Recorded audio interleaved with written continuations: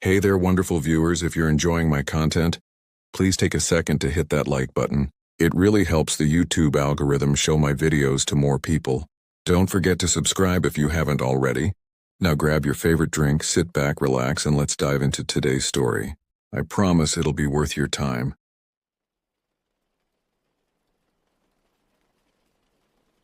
I never wanted to move to Pine Ridge. In April of 2019, my mother, Joanne, packed our belongings into 2 weathered suitcases, herding my siblings and me into our rusted station wagon. We fled our home in Massachusetts under the cover of darkness, escaping my father's violent outbursts and broken promises. It'll be different this time, Mom promised, her knuckles white against the steering wheel as we crossed state lines.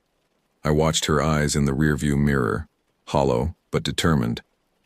At 16, I understood what we were running from, but my younger siblings, Melody 12 years, Adam 10 years, and Ben 5 years, only knew we were going on an adventure. Pine Ridge was a forgotten logging town nestled in the Appalachian foothills. Dense forests surrounded clusters of homes, most in various states of disrepair. Cabin 8 at the Pinewood Lodge would become our sanctuary, a modest 2-story structure, with faded yellow paint and creaking floorboards that whispered with every step. The caretaker, Mr. Wilson, handed Mom the keys with a smile that didn't reach his eyes. "Rent's due first of the month. Keep to yourselves and you'll do fine here." His gaze lingered on us children before he trudged back to his office at the front of the property. Our neighbors kept their distance those first few weeks. The O'Malleys in Cabin 7 nodded politely but rarely spoke. The Huttons across the way had a boy named Justin about Adam's age, but his mother watched him like a hawk whenever he ventured outside. Mom found work at the local diner, serving breakfast to truckers passing through on Route 16. I enrolled at Pine Ridge High School, where students stared at me with undisguised curiosity. The outsider, the newcomer with secrets. Everyone has something to hide in Pine Ridge, a girl named Heidi whispered to me during lunch my first day. "You'll learn that soon enough." I dismissed her warning as small-town paranoia. We'd escaped the danger. We were safe now, building a new life away from Dad's rage. Cabin 8 might have been drafty, with water stains spreading across the ceiling and windows that rattled in the wind, but it was ours. How wrong I was to think we'd found safety. If I could go back to those early days, I'd pack our bags and drive until Pine Ridge was nothing but a distant speck in our rearview mirror. But hindsight offers no salvation, only regret that festers like an open wound. By summer, our lives had fallen into a predictable rhythm. Mom worked double shifts while I watched my siblings. Melody, ever the responsible one, helped with household chores. Adam made friends with Justin Hutton despite Mrs. Hutton's obvious disapproval. Ben adjusted the quickest, finding wonder in the forest that bordered our backyard. "Don't go past the creek," I warned them daily. Something about those woods made my skin crawl. Perhaps the unnatural silence that descended when you ventured too far in, or the way shadows seemed to move independently of the trees that cast them. Our neighbors remained distant, though Mr. Wilson sometimes lingered near our cabin, watching us through cigarette smoke. When questioned about repairs, the bathroom sink that perpetually dripped, or the back door that wouldn't lock properly, he'd promise to get around to it before disappearing for days. I befriended Heidi from school, though her peculiar intensity sometimes unnerved me. She knew everything about everyone in Pine Ridge, including details that seemed impossible for a teenager to access. The Huttons moved here after their oldest son disappeared, she told me one afternoon as we walked home. And Mr. Wilson? He served time for something bad, real bad. Records are sealed, though. "How do you know all this?" I asked. She shrugged. "My mom works at the county clerk's office. I listen." In July, Mom brought home a man named Ray who worked as a mechanic at the garage by the diner. He had weathered hands and a gentle smile, but his eyes held a sadness I recognized from my own reflection. They'd sit on our porch after dinner, speaking in hushed tones while nursing beers. "I like him," Melody confessed one night as we washed dishes. "He fixed my bike without asking for anything." I remained skeptical. Men like my father had taught me to question kindness that came without conditions. As summer waned, Strange occurrences began plaguing our cabin. Items moved overnight. Ben's teddy bear relocated to the kitchen table. Mom's work shoes found in the bathtub. The telephone rang at odd hours, silent on the other end. I'd wake to find doors we'd closed standing open, windows we'd locked unlatched. Old houses settle. Mom dismissed my concerns. The wind plays tricks. But it wasn't the house or the wind that left muddy footprints in the hallway one morning in August. It wasn't natural forces that carved a small, precise X into our front door while we slept. Something was marking us, watching us, waiting. By September, I couldn't shake the feeling of being observed.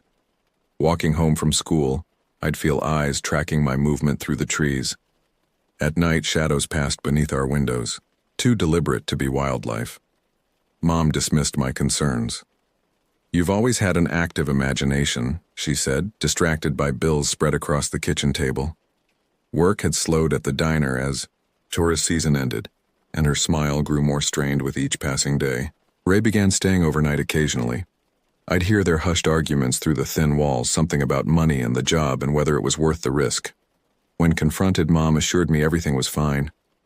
"Ray's just helping us get ahead," she said, tucking a strand of hair behind her ear. A tell I recognized from childhood, her signal that she wasn't being entirely truthful. One Tuesday afternoon in early October, I returned from school to find Mrs. Hutton waiting on our porch. Her face was drawn, eyes darting nervously toward the tree line. "Keep your little ones close," she whispered, gripping my arm. "There's talk in town. Bad people coming around again." "What people? What are you talking about?" She shook her head. "History repeats. We didn't listen last time. Just be careful." She hurried away, looking over her shoulder repeatedly. That evening, I relayed the conversation to Mom. Ray, who'd been fixing our leaky faucet, straightened abruptly. "Marnie Hutton needs to mind her business," he snapped, exchanging a look with Mom I couldn't interpret. "It's nothing," Mom assured me. "Small towns breed gossip." 2 days later, Justin Hutton stopped coming to school. When Adam asked to visit him, Mrs. Hutton informed us through a barely opened door that they were leaving town for a while. The next morning, their cabin stood empty, curtains drawn. Heidi had her own theories. "It happens every few years," she explained during lunch. "Families just up and leave. No notice, no goodbyes. My mom says it's the anniversary effect." "Anniversary of what?" "The incident," she whispered, leaning closer. "Back in '92. A whole family was killed right here in Pine Ridge. Cabin 10, just 2 doors down from you. They never caught who did it." My blood went cold. "Why wouldn't anyone tell us this?" "Bad for business," she shrugged. "Besides, who'd want to relive that? The younger kids were—" She stopped suddenly, looking past me. "Your brother's waiting for you." Adam stood in the cafeteria doorway, his face unusually pale.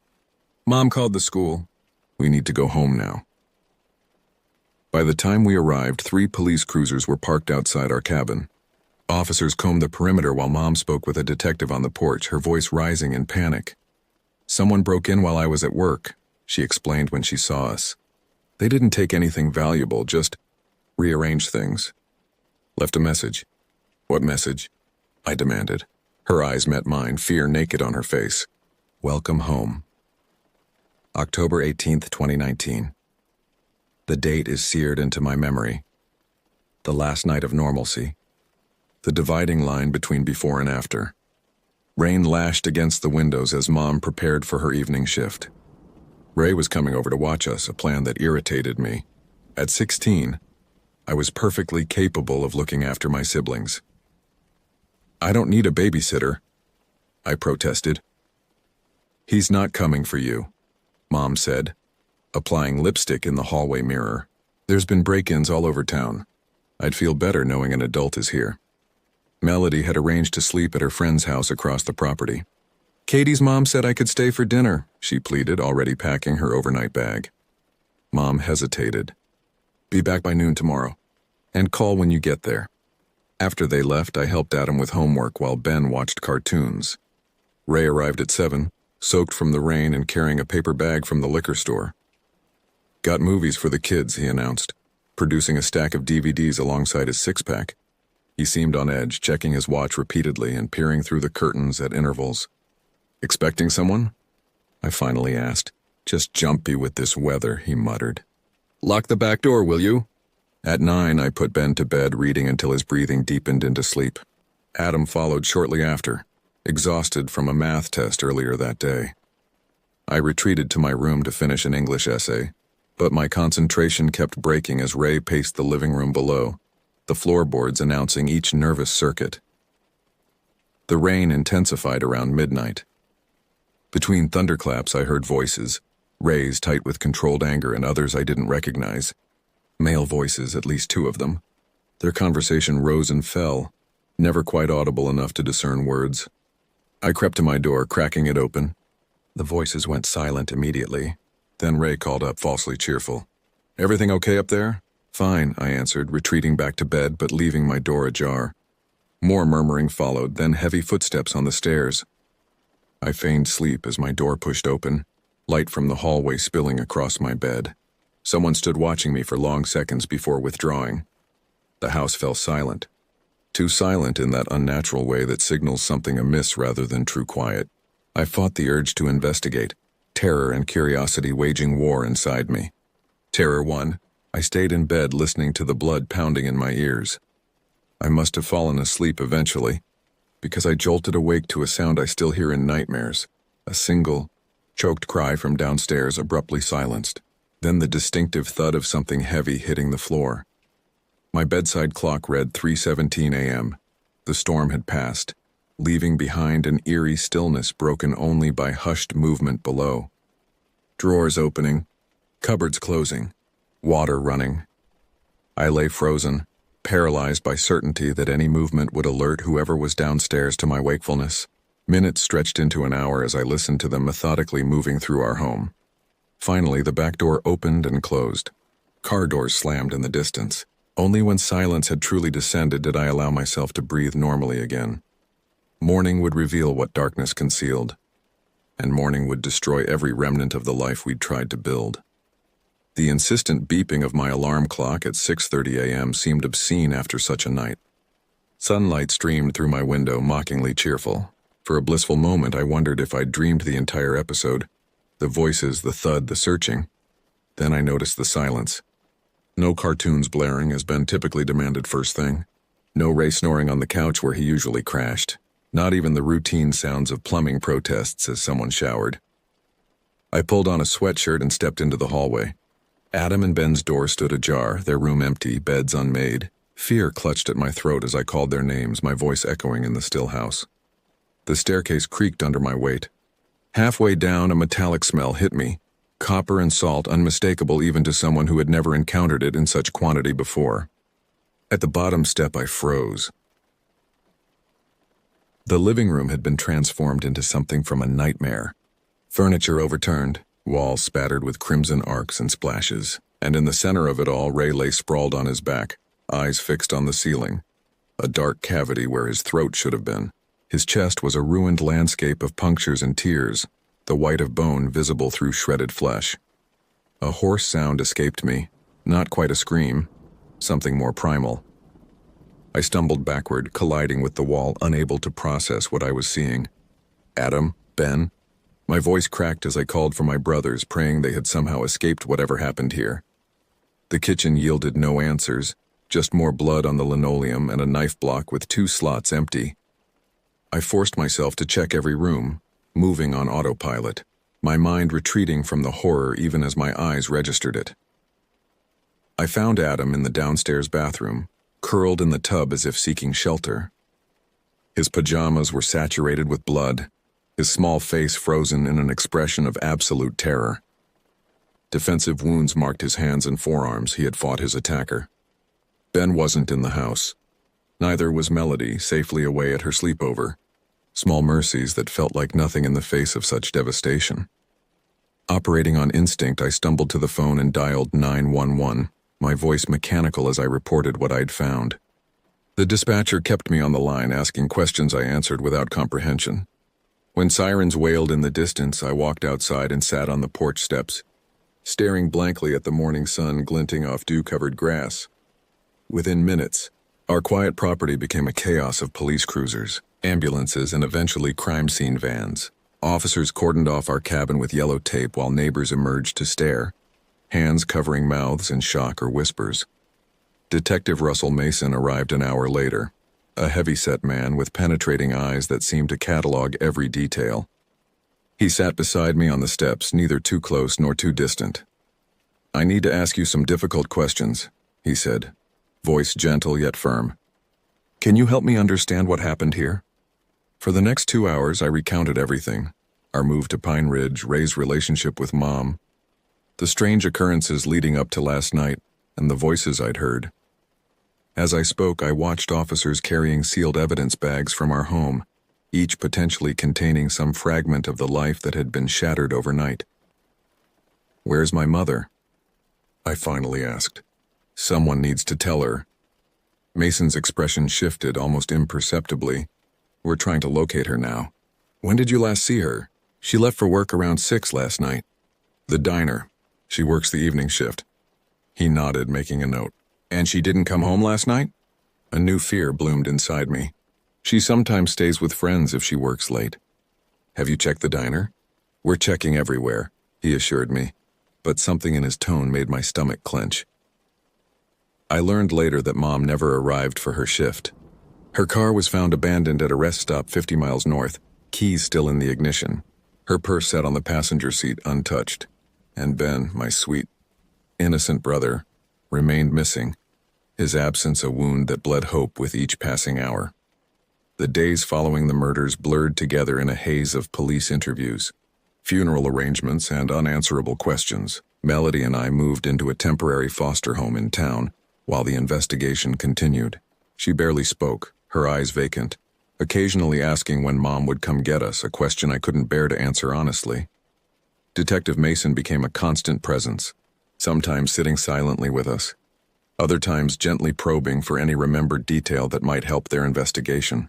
I learned to recognize the slight furrow in his brow that appeared whenever I mentioned Ray's mysterious friends or the break-in days before the murders. "We found something interesting," he told me 2 weeks after that night. We sat in his cluttered office at the police station, away from Melody's ears. Ray Winters wasn't his real name. He was Raymond Garrett, wanted in 3 states for fraud and suspected involvement in organized crime. I stared at the mugshot he slid across the desk. Ray looking younger, harder, his eyes calculating rather than sad. Was he the one who? We don't think so. The evidence suggests multiple perpetrators, and Ray was definitely one of the victims. This was professional work. Mason chose his words carefully. "We believe your family got caught in something bigger than you realize." Headlines in the local paper screamed, "Pine Ridge Horror, History Repeats, and Cabin Murders Echo 1992. Tragedy." Journalists camped outside the police station, shouting questions whenever I appeared. Locals whispered when I passed, their curiosity and pity equally unbearable. Heidi was the only person from school who visited, bringing homework assignments and unlikely theories about what happened. "The town has secrets," she insisted during one visit. "My mom says these cabins should have been demolished years ago. Too much bad history." 1 month after the murders, they found Ben's backpack in the woods 5 miles from our cabin. Inside was his favorite dinosaur toy and a child's drawing of what appeared to be 3 stick figures standing around a house. No other trace of him emerged despite extensive searches. Mom remained missing. Her identification was discovered at a bus terminal in Cincinnati, but security cameras yielded no footage of her. It was as if she had simply vanished, a possibility that haunted me more than confirmation of her death might have. Nights were worst. Sleep came rarely, and when it did, I jerked awake, convinced I'd heard footsteps on the stairs or whispers outside my window. The foster home's locked doors and security system offered no comfort against the demons that had already proven they could find us anywhere. Winter descended on Pine Ridge, snow blanketing the forests and the abandoned Cabin 8, which remained sealed with police tape even as the investigation stalled. I watched from afar as icicles formed on its eaves, nature reclaiming what humanity had defiled.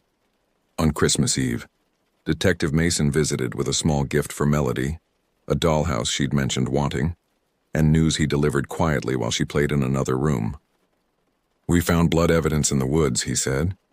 "It matches your mother's DNA, I'm sorry."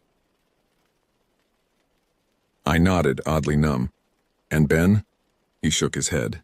"Nothing conclusive. We'll keep looking." As snow fell outside, I realized part of me had died in that cabin along with Adam and Ray. The person I'd been before, the 16-year-old with dreams and petty concerns, was gone, replaced by someone who understood how quickly safety could become an illusion, how thoroughly evil could destroy everything you loved. "Will you ever find who did this?" I asked Mason as he prepared to leave. He paused at the door, his expression somber. "I promise you this. I won't stop looking until I do." A promise I clung to through the darkest nights, even as I began to understand that some mysteries remain unsolved, some wounds never heal, and some predators never face justice. January 2022. I turned 19 in a small apartment in Burlington, 3 hours and a lifetime away from Pine Ridge. Melody, now 15, had adapted better than anyone expected, throwing herself into schoolwork and dance classes with the resilience of youth. Our new guardian, Aunt Patricia, our mother's cousin who'd emerged from obscurity after the murders, provided stability if not warmth. The investigation into what newspapers now called the Pine Ridge Massacre had gone cold. Detective Mason still called monthly with updates that weren't really updates, his voice increasingly apologetic. I'd stopped expecting closure but appreciated his stubborn refusal to abandon us. I deferred college, working instead at a local bookstore while attending therapy sessions mandated by victim services. The therapist called it complicated grief, mourning without resolution, healing without answers. She encouraged journaling, which I attempted half-heartedly, finding it impossible to translate horror into words. On the 3rd anniversary of that night, I received a plain manila envelope addressed to me at the bookstore rather than our home. No return address. Inside was a single photograph, our family standing outside Cabin 8 the day we moved in, smiling nervously at our fresh start. I hadn't seen this photo before. We hadn't owned a camera. Someone had been watching us from the beginning. On the back, written in neat block letters, "Still thinking of you." I took it directly to the police station, hands shaking. The detective assigned to our case since Mason's retirement studied it under bright lights. "Postmarked from Cincinnati," he noted. "Like the other evidence. We'll run tests, but these things rarely yield prints." That night, unable to sleep, I searched online for anything related to Pine Ridge and the murders. Among dozens of articles I'd already read, one headline from a week earlier caught my attention. "Human remains discovered in Appalachian wilderness." The article described hikers finding partial skeletal remains near an abandoned hunting cabin, 60 miles from Pine Ridge. Authorities were working to identify the victim, believed to be a child between 5-7 years old. My heart pounded as I dialed Mason's home number, saved years ago but never used. He answered on the 4th ring, voice thick with sleep. "The remains they found," I said without preamble. "Is it Ben?" Silence stretched between us. Then softly, "We're waiting on dental records, but yes, we believe so." I hung up without responding, something cold and resolute crystallizing inside me. For 3 years I'd waited for justice to find us. Perhaps it was time to reverse the equation. The next morning I called in sick to work and drove to the library's public computers. Using techniques learned from true crime podcasts I'd obsessively consumed, I systematically researched everything connected to Pine Ridge. Property records, obituaries, news archives. The pattern emerged slowly. Every decade or so, violence visited the cabins at Pine Ridge. Different victims, different circumstances, but similar brutality. In 1992, the incident Heidi had mentioned, a family of 4 found murdered, their youngest child missing. In 1981, a solitary hunter killed in Cabin 3. In 1972, a young couple vanished from Cabin 12. Blood evidence suggesting foul play. Property records revealed what news stories didn't. The cabins had changed ownership multiple times, but one name appeared repeatedly as property manager, Wilson. 3 generations of the same family overseeing decades of bloodshed. I drove back to Pine Ridge the following day, telling Aunt Patricia I needed closure. The cabins looked smaller than I remembered, shabbier in winter's harsh light. Mr. Wilson still operated the front office, older now but with the same watchful eyes. He didn't recognize me at first. The traumatized girl, now a solemn young woman. When recognition dawned, fear flickered across his features. "We're closed for renovations," he said, moving to shut the office door. I planted my foot in the jam. "I know about 1992, I said quietly. "And 1981 and 1972. His face drained of color. "I don't know what you're talking about." 3 generations of your family. 3 generations of murder. What are you, some kind of caretakers? Do you choose the families or just facilitate what happens to them? "You should leave," he whispered, eyes darting past me to the empty parking lot. "They're always watching. Always listening. Who is?" But he shook his head, expression hardening into resolve. "Your family was marked the moment you arrived. I tried to warn you, all of you, but nobody listens until it's too late." As I drove away, I noticed a black sedan pulling into the property. In my rearview mirror, I saw Mr. Wilson greeting the driver with the stiff formality of someone under duress. I'd disturbed something dormant, and now I suspected I had drawn its attention back to me. Spring arrived in Burlington with a sense of foreboding. The dental records confirmed what we already knew. The remains belonged to Ben. We buried him beside Adam in a quiet ceremony attended by the handful of people who constituted our diminished world. Afterward, standing alone at the graveside, I felt someone watching me. Turning, I saw Detective Mason observing from a respectful distance. "Thank you for coming," I said when he approached. "I made a promise." He hesitated. "There's something else you should know. We reopened the investigation into the 1992 murders based on similarities to your family's case. DNA technology has advanced significantly since then." Hope flickered weakly. "Did you find something?" "Blood evidence from both crime scenes shares familial markers. Whoever killed your brothers and Ray is related to whoever killed the family in 92. "The Wilsons," I whispered. Mason's eyes narrowed. "What do you know about the Wilsons?" I told him everything. My research, the pattern of violence, my confrontation with the property manager. As I spoke, his expression shifted from skepticism to dawning horror. "I need you to stay away from Pine Ridge," he said when I finished. "If what you're suggesting is true, you've put yourself in danger. Let us handle this." But the investigation moved too slowly, burdened by procedure and limited resources. I continued my own research, creating a timeline of disappearances and deaths connected to the cabins. Digital archives yielded newspaper clippings dating back to the property's construction in the 1950s. Each decade marked by bloodshed, each incident investigated separately without recognizing the pattern. In May, I received another envelope, this one containing a yellowed photograph from what appeared to be the 1970s. A group of men stood before the newly constructed cabins, their faces solemn. I recognized the distinctive Wilson features in one young man. The others were unfamiliar except for one, an older man whose eyes held the same calculating coldness I'd seen in Ray's mugshot. On the back, someone had written, "The Covenant, 1972. I sent a scan to Mason, who called immediately. "Where did you get this?" "Same as before." "Unmarked envelope, no return address." "The man on the right is Vincent Keller," Mason said, voice tight. "He ran organized crime operations throughout the region in the 70s and 80s. We suspected his organization used rural properties for money laundering and worse, but could never prove it. And Raymond Garrett, was connected to him. Garrett worked for Keller's successor. The organization never died, just evolved." Mason paused. "I think I understand now. The cabins are part of their infrastructure. The murders are either eliminations of witnesses or rituals of initiation. But why my family? We had nothing to do with them until Ray. Your mother may have known more than you realize. We found evidence she'd been in contact with federal investigators before your move to Pine Ridge. She may have been informing on Garrett." The truth hit like physical pain. Mom had led us into danger thinking she was escaping it. Ray wasn't our protector. He was our surveillance. And when whatever operation they were running required elimination of witnesses, we became expendable. 2 days later, Detective Mason disappeared.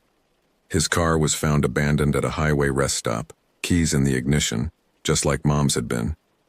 The investigation into his disappearance overtook the cold case he'd been pursuing, effectively burying any progress on our family's murders. I knew then that justice would never come through official channels. The organization, whatever they called themselves, had tentacles reaching into law enforcement, local government, anywhere that might threaten their operations. In June, I moved Melody to our aunt's sister's home in Canada, ensuring her safety before returning to face what I'd started. I rented a room in a motel 20 miles from Pine Ridge and began surveillance of my own, photographing visitors to the cabins, noting license plates, building the case no one else would pursue. On the anniversary of our arrival at Pine Ridge, I returned to Cabin 8, now renovated and rented to a new family with young children. I watched from the tree line as they unloaded luggage, their faces bright with the same hope we'd once had. Before dawn, I left an anonymous note on their windshield. Leave today. Don't pack. Just go. Attached was the photograph of the Covenant and newspaper clippings of previous murders. They were gone by noon. That night I noticed a black sedan parked near my motel, the same vehicle I'd seen at Pine Ridge months earlier. They had found me just as I knew they eventually would. I write this account now not knowing if anyone will ever read it. Tomorrow I will confront what has haunted my family and countless others before us. I've sent copies of my research to journalists in 3 states with instructions to publish if I disappear. The truth about Pine Ridge deserves to be known, even if I'm not here to witness its revelation. Whatever covenant binds these men in blood has endured for generations, feeding on innocent lives while authorities look away or actively shield them. If you're reading this, I've either succeeded in exposing them or become their latest victim. Either way, remember this. Evil thrives not just in darkness, but in our collective willingness to look away from what we find unthinkable. Remember Adam's courage as he fought his attackers. Remember Ben's innocence preserved even in death. Remember my mother who tried to save us all. And if you ever find yourself driving through small towns with too many secrets and too few questions, keep going. Some destinations aren't meant to be reached.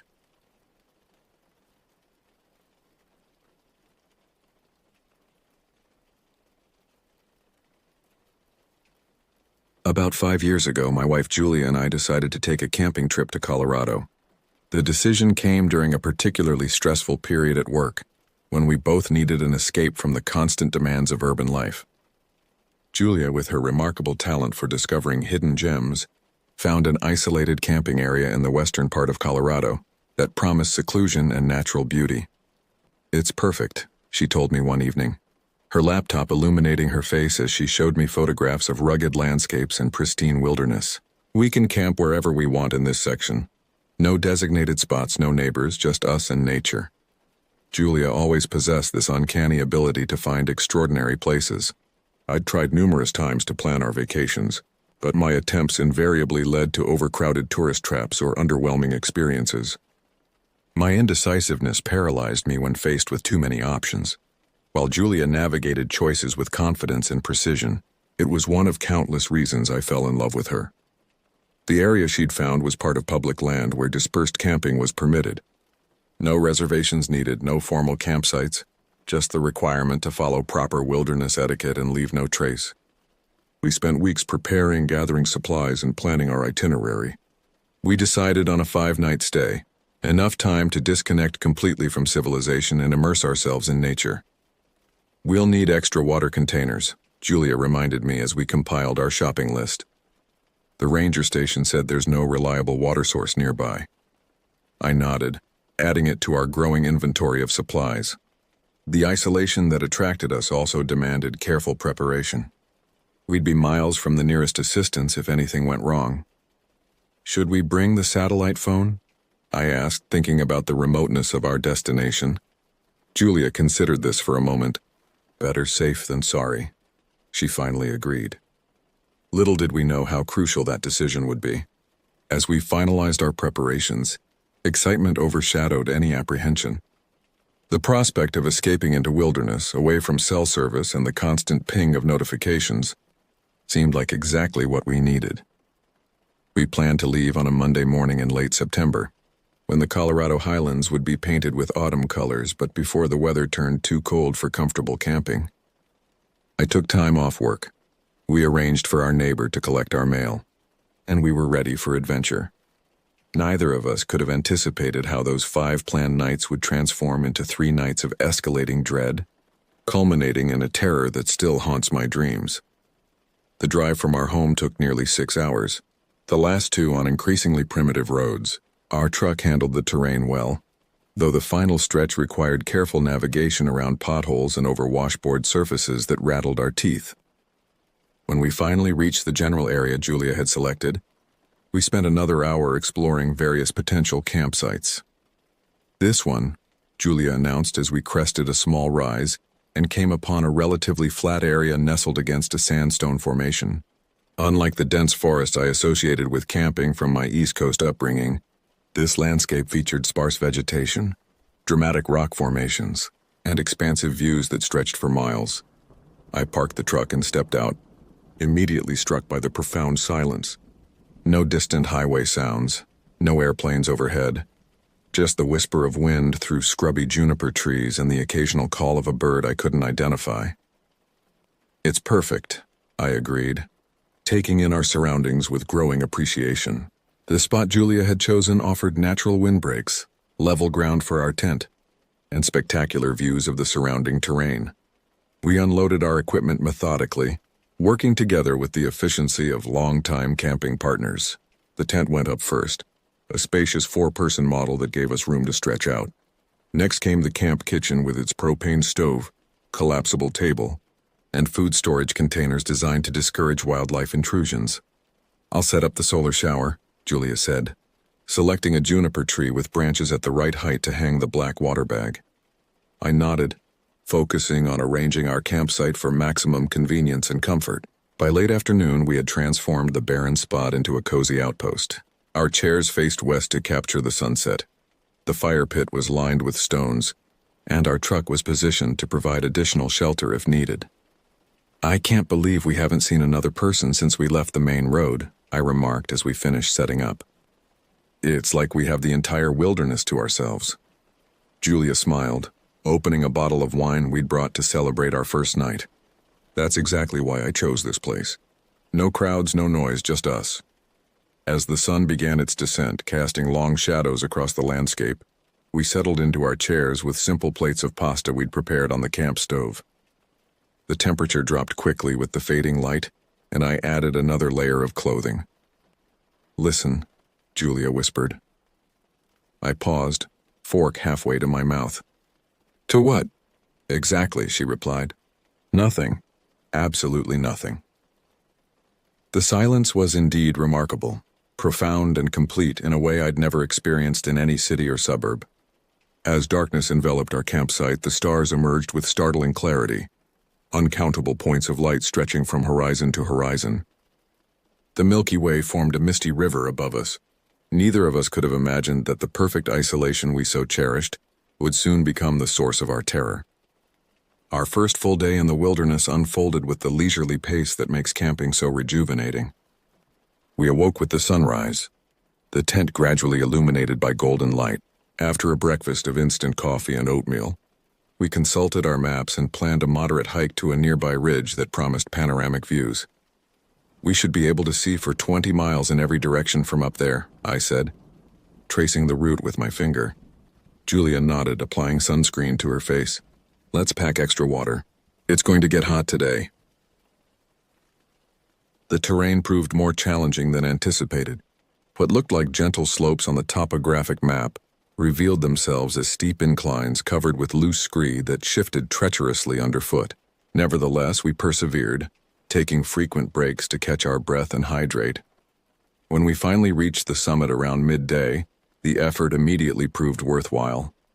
The landscape spread before us in every direction, a vast expanse of rust-colored rocks, green-dotted valleys, and distant blue mountains shimmering in the heat. "Not another human being in sight," Julia remarked, turning slowly to take in the 360-degree view. I pulled out our binoculars and scanned the horizon. Not even a road or building. We lingered at the summit, eating our packed lunch in contemplative silence. A hawk circled lazily overhead, riding thermal currents with barely a flap of its wings. The absolute solitude filled me with a profound sense of peace. Here, deadlines and obligations held no meaning. The rhythm of our days had been reduced to sunlight, hunger, and the simple joys of existence. The descent proved faster than our climb, and we returned to camp with enough daylight left to relax and prepare dinner. I gathered firewood while Julia organized our meal ingredients. "I think I saw deer tracks near that dry creek bed," I told her as I stacked branches for our evening fire. "Hopefully we'll see some wildlife tomorrow," she replied, measuring rice into our cooking pot. Our second day followed a similar pattern. We chose a different direction for our exploration, venturing down into a canyon that featured interesting rock formations and evidence of ancient human presence. Simple petroglyphs etched into stone surfaces centuries ago. "Imagine living out here permanently," I said as we examined the primitive artwork. "Completely dependent on your own skills for survival." Julia ran her fingers lightly over the stone carvings. "Makes our modern problems seem pretty trivial, doesn't it?" By the time we returned to camp that evening, our bodies had that pleasant ache that comes from physical exertion in the outdoors. We built another fire, cooked a simple meal, and watched the stars appear. Neither of us had spotted another human being or even evidence of human presence. No distant lights, no airplane contrails, no intermittent engine sounds from roads beyond the horizon. The isolation that had initially seemed so remarkable was now simply our normal state of existence. We had embraced the solitude completely, forgetting how vulnerable such isolation could make us. When we retired to our tent that second night, we fell asleep quickly, lulled by physical fatigue and the absolute darkness that surrounded us.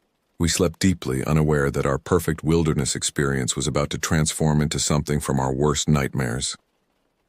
Our third day began much like the previous two, with breakfast in the crisp morning air and plans for another hike. However, Julia suggested we attempt a more ambitious route, a trail that would take us up higher into the mountains where we could potentially spot bighorn sheep. "It'll be more strenuous," she warned, showing me the contour lines on our map that indicated steep elevation changes, "but the guidebook says the views are spectacular." I agreed readily, eager for a new challenge. We packed more provisions than usual, including headlamps in case our return stretched into dusk. The trail started innocuously enough, winding through scrubby vegetation and across small streams still running with late-season snowmelt. As we gained elevation, the path narrowed and steepened considerably. "Need a break?" Julia asked after we'd been climbing steadily for over an hour. I nodded gratefully, my breathing labored. We perched on a flat rock overlooking the valley below, our campsite now just a tiny speck in the vast landscape. As I sipped water and caught my breath, I noticed something odd in the distance, what appeared to be a thin column of smoke rising from beyond a ridge several miles away. "Look at that," I said, pointing. "Might be another campsite." Julia squinted in the direction I indicated.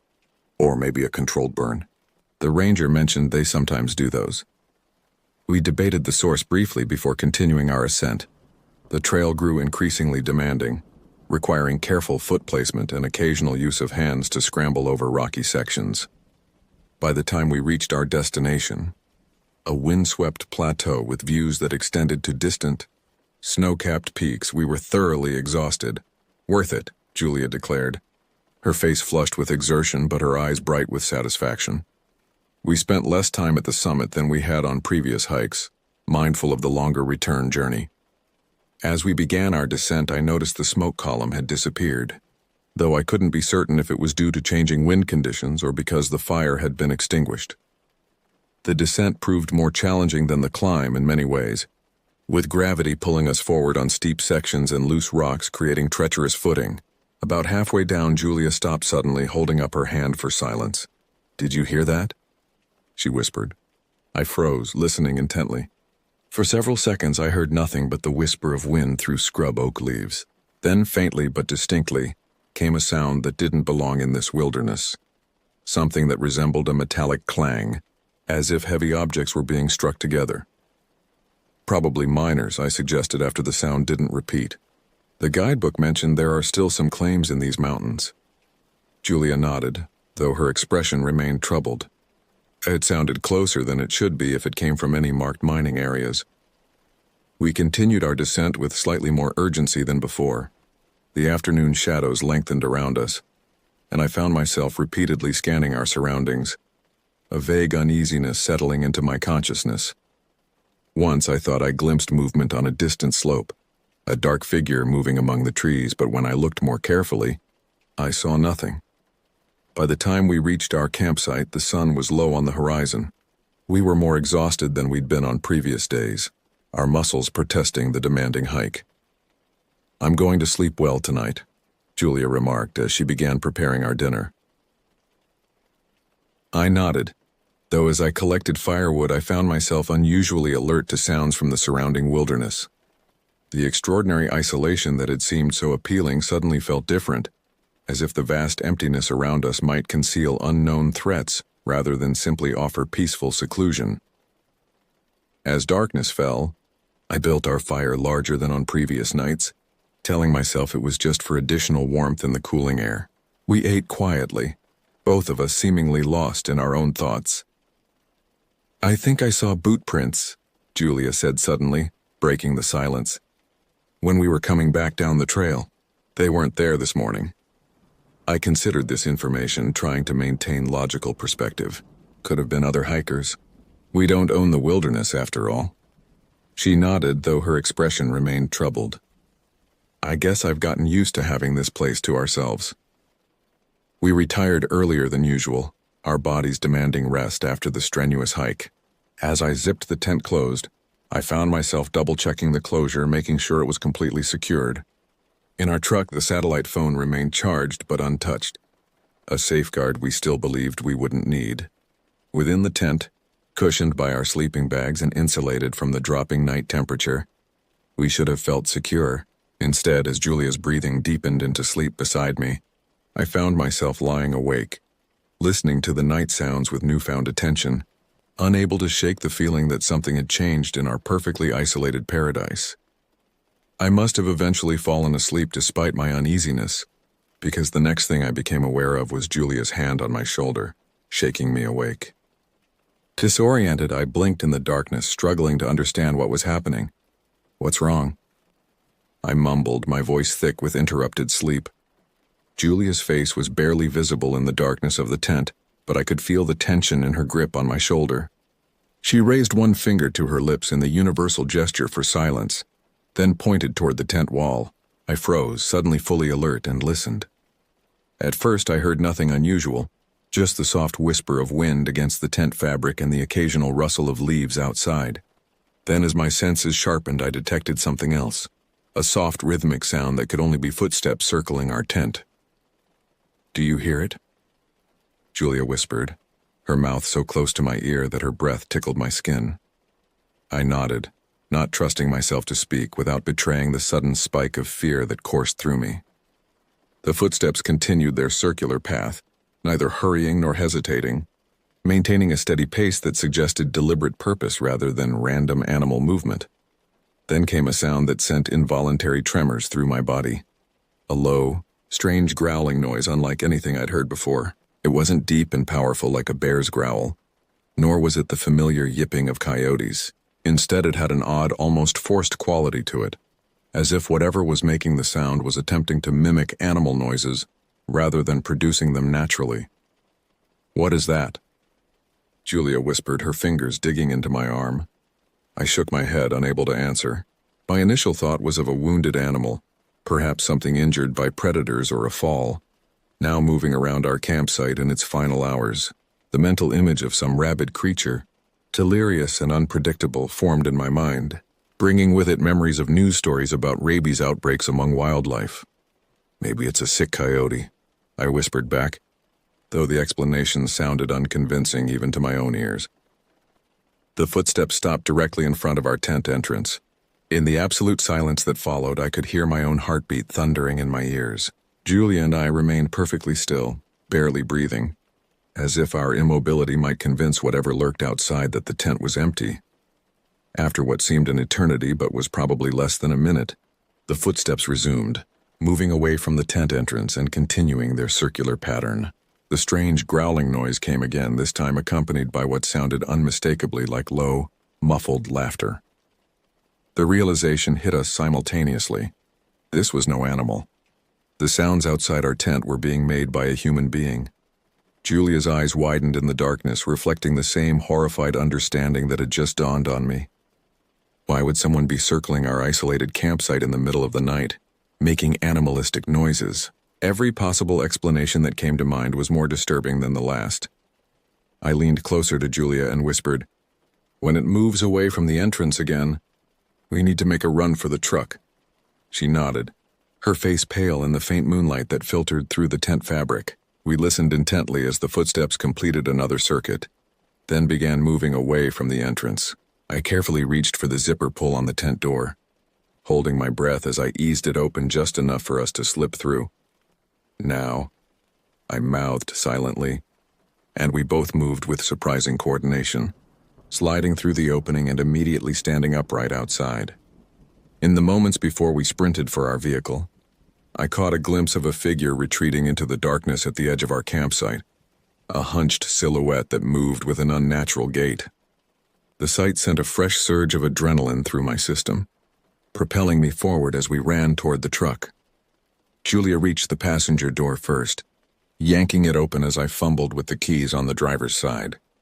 Within seconds we were inside, doors locked, the vehicle's sturdy frame offering a sense of protection that our flimsy tent couldn't provide. Through the tinted windows, we peered into the darkness, searching for any sign of movement. For several minutes we saw nothing, heard nothing. The silence and stillness were almost more unnerving than the previous disturbance. "Maybe they're gone," Julia whispered hopefully, though neither of us believed it. We continued our vigilant watch, straining to see through the darkness beyond our campsite. The minutes stretched interminably, marked only by our gradually slowing breaths as the initial panic ebbed slightly. Then Julia gasped, pointing toward the eastern edge of our campsite. "There," she hissed. I followed her gesture and felt my stomach drop. A human figure had emerged from the darkness, still maintaining that strange, hunched posture. In the faint moonlight, I could make out long, unkempt hair and what appeared to be a beard. The figure moved with deliberate slowness, seemingly unaware that we had abandoned the tent. "Who is that?" Julia whispered, her voice trembling. "What do they want?" Before I could respond, movement from another direction caught my attention. 3 more figures were approaching from beyond our tent, moving with quiet purpose. Unlike the first figure, these newcomers walked normally, their heads inclined toward each other as if in hushed conversation. Faint laughter drifted across the campsite, sending chills through my body despite the truck's protection. The newcomers joined the first figure near our tent, forming a loose semicircle as they conferred in low voices we couldn't make out. 3 of them carried long objects, sticks or poles of some kind, held casually at their sides. "I don't like this," Julia whispered unnecessarily. I reached for her hand, squeezing it in silent agreement. As we watched in horrified fascination, the scene before us escalated with shocking suddenness. One of the figures raised the stick-like object high above his head, then brought it crashing down onto our tent with brutal force. The fabric collapsed under the impact, and a voice cried out in evident frustration.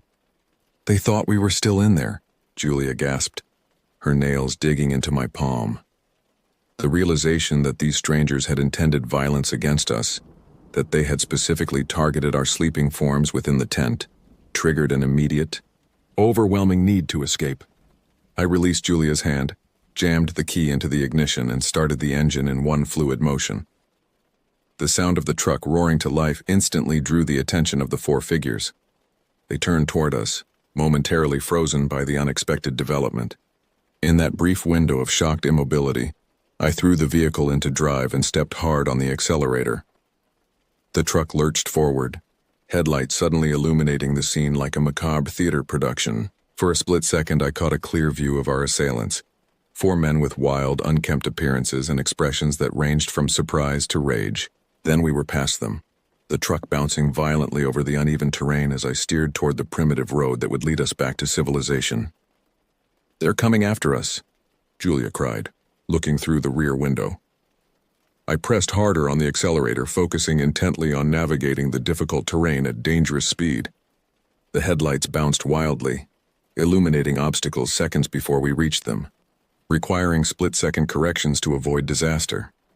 After what felt like an eternity but was probably less than a minute, Julia spoke again, her voice steadier. "We've lost them. They're not following on foot." I maintained our speed nonetheless, unwilling to take any chances. The primitive road stretched before us, each mile taking us further from the nightmare behind but presenting its own challenges in the darkness. My hands gripped the steering wheel with such force that my knuckles ached, but I couldn't bring myself to relax. What did we just escape from? Julia whispered, more to herself than to me. Neither of us had an answer, but the image of that violent swing aimed at our supposedly occupied tent told us everything we needed to know about the intentions of those four strangers. I drove recklessly through the darkness, taking curves too fast and bouncing over ruts that threatened to bottom out the truck's suspension. My only goal was distance, putting as much of it as possible between us and the four men who had so clearly intended us harm. Julia braced herself against the dashboard, saying nothing as I pushed our vehicle to its limits on the treacherous dirt road. "Do you think they have a vehicle?" she finally asked, breaking the tense silence. The question sent a fresh surge of anxiety through me. I hadn't considered that possibility, foolishly assuming our escape was complete once we'd outrun them on foot. If they had a vehicle parked nearby, they could be following us even now. "I don't know," I admitted, checking the rearview mirror for the 20th time in as many minutes. The darkness behind us revealed nothing, but that offered little reassurance. If they do, we've got a head start. Julia nodded, then reached for the glove compartment. "The satellite phone," she said. "We need to call for help." She powered on the device and we waited anxiously for it to establish a connection with the satellite network. The minutes it took seemed to stretch endlessly, each bend in the road bringing fresh tension as I anticipated headlights appearing behind us. "I've got signal," Julia finally announced, her voice tight with controlled panic. She quickly dialed 911 and put the call on speaker. When the dispatcher answered, Julia explained our situation with remarkable clarity despite her fear. "We're camping in western Colorado, and 4 men attacked our campsite. They destroyed our tent. I think they were trying to harm us while they thought we were sleeping inside. We're driving east on Forest Service Road 247, but we're afraid they might be following us." "Are you injured?" the dispatcher asked, her professionally calm voice a stark contrast to our agitated state. "No, we got to our truck before they could reach us," Julia replied. "But they had weapons, long sticks or clubs of some kind." "I'm dispatching sheriff's deputies to intercept you," the dispatcher said. "Continue east on FSR 247 until you reach the junction with County Road 19. Deputies will meet you there. Can you estimate how long it will take you to reach that point?" I considered our position and the condition of the road ahead. "About 20 minutes at our current speed," I told her. "Stay on the line if possible," the dispatcher instructed. "If you see any vehicle following you, let me know immediately." The knowledge that help awaited us provided some comfort, but the next 20 minutes remained excruciating. Every curve revealed only more empty road, yet I couldn't shake the certainty that pursuit was imminent. The forest pressed close on either side, dense shadows concealing countless hiding places. I imagined our attackers taking shortcuts through the wilderness, emerging onto the road ahead to cut us off. "There's something strange about this whole situation," Julia murmured, half to herself. Who were those men? What were they doing out here in the middle of nowhere? I shook my head, having no answers. The image of that hunched figure circling our tent, making those unnatural growling sounds, seemed almost unreal now, like something from a nightmare rather than an actual experience. Yet the violence of the attack on our tent had been unmistakably real. "Maybe they're squatters," I suggested. "Living off the grid somewhere nearby." Julia frowned. "But why target random campers? We weren't threatening their territory or resources." The dispatcher interrupted our speculation. "Deputies report they're approximately 10 minutes from the meeting point. How's your progress?" I checked our position against the landmarks I remembered from our drive-in. "We should be there in about the same time," I replied. "Any sign of pursuit?" "Nothing yet," Julia confirmed, though she twisted in her seat to check the darkness behind us yet again. As we continued our escape, the quality of the road gradually improved, allowing me to increase our speed slightly. The trees began to thin out as well, offering fewer shadowy places for potential ambush. For the first time since our frantic departure, I allowed myself to believe we might truly be safe. Then Julia gasped, clutching my arm with sudden intensity. "Lights," she hissed. "Behind us." I checked the rearview mirror and felt my heart rate spike. Distant headlights had appeared, bouncing and weaving as a vehicle navigated the same rough terrain we'd just traversed. "Dispatcher, we have a vehicle behind us," Julia reported, her voice tight with renewed fear, about half a mile back and gaining.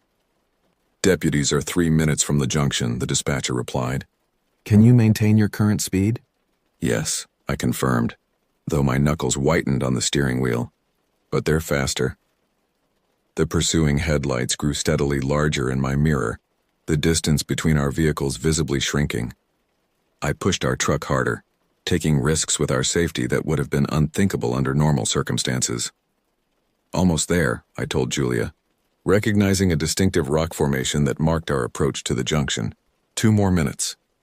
The headlights behind us continued to gain ground, close enough now that I could make out the shape of a pickup truck, larger and more powerful than our own vehicle. A surge of desperate determination coursed through me. We had come too far, survived too much to be caught in the final moments before reaching safety. "There," Julia cried suddenly, pointing ahead. "I see flashing lights." Through the trees ahead, the unmistakable blue and red lights of patrol vehicles pulsed against the darkness. The sight provided such profound relief that I nearly lost control of the truck, swerving slightly before correcting our course. "We can see the deputies," Julia informed the dispatcher, her voice breaking with emotion. "We're almost there." The junction appeared ahead, a simple intersection where our dirt road met a wider gravel county road. 2 sheriff's vehicles were positioned across the county road, their lights illuminating the area like a surreal dance club. 4 deputies stood outside their vehicles, weapons drawn and aimed in our direction. I slowed our truck as we approached, raising one hand to show we were the reported victims, not the pursuers. A deputy gestured for us to pull over to the side of the road, and I complied immediately, bringing our vehicle to a stop just past the junction. As we sat there, trembling with residual adrenaline and relief, I checked the rearview mirror one final time. The headlights that had been pursuing us were nowhere to be seen. Somehow, the sight of law enforcement had been enough to deter our attackers, sending them retreating back into the wilderness from which they had emerged. Julia leaned against me, exhaustion and delayed shock evident in her posture. "It's over," she whispered. "We're safe." A deputy approached our vehicle cautiously, his hand still resting on his holstered weapon. I rolled down the window, prepared to explain our nightmarish experience to someone who had the power to protect us from whatever threats still lurked in the darkness behind us. The next hours passed in a blur of bureaucratic procedure and repeated retellings of our ordeal. The deputies escorted us to the nearest town, where we provided formal statements at the sheriff's substation.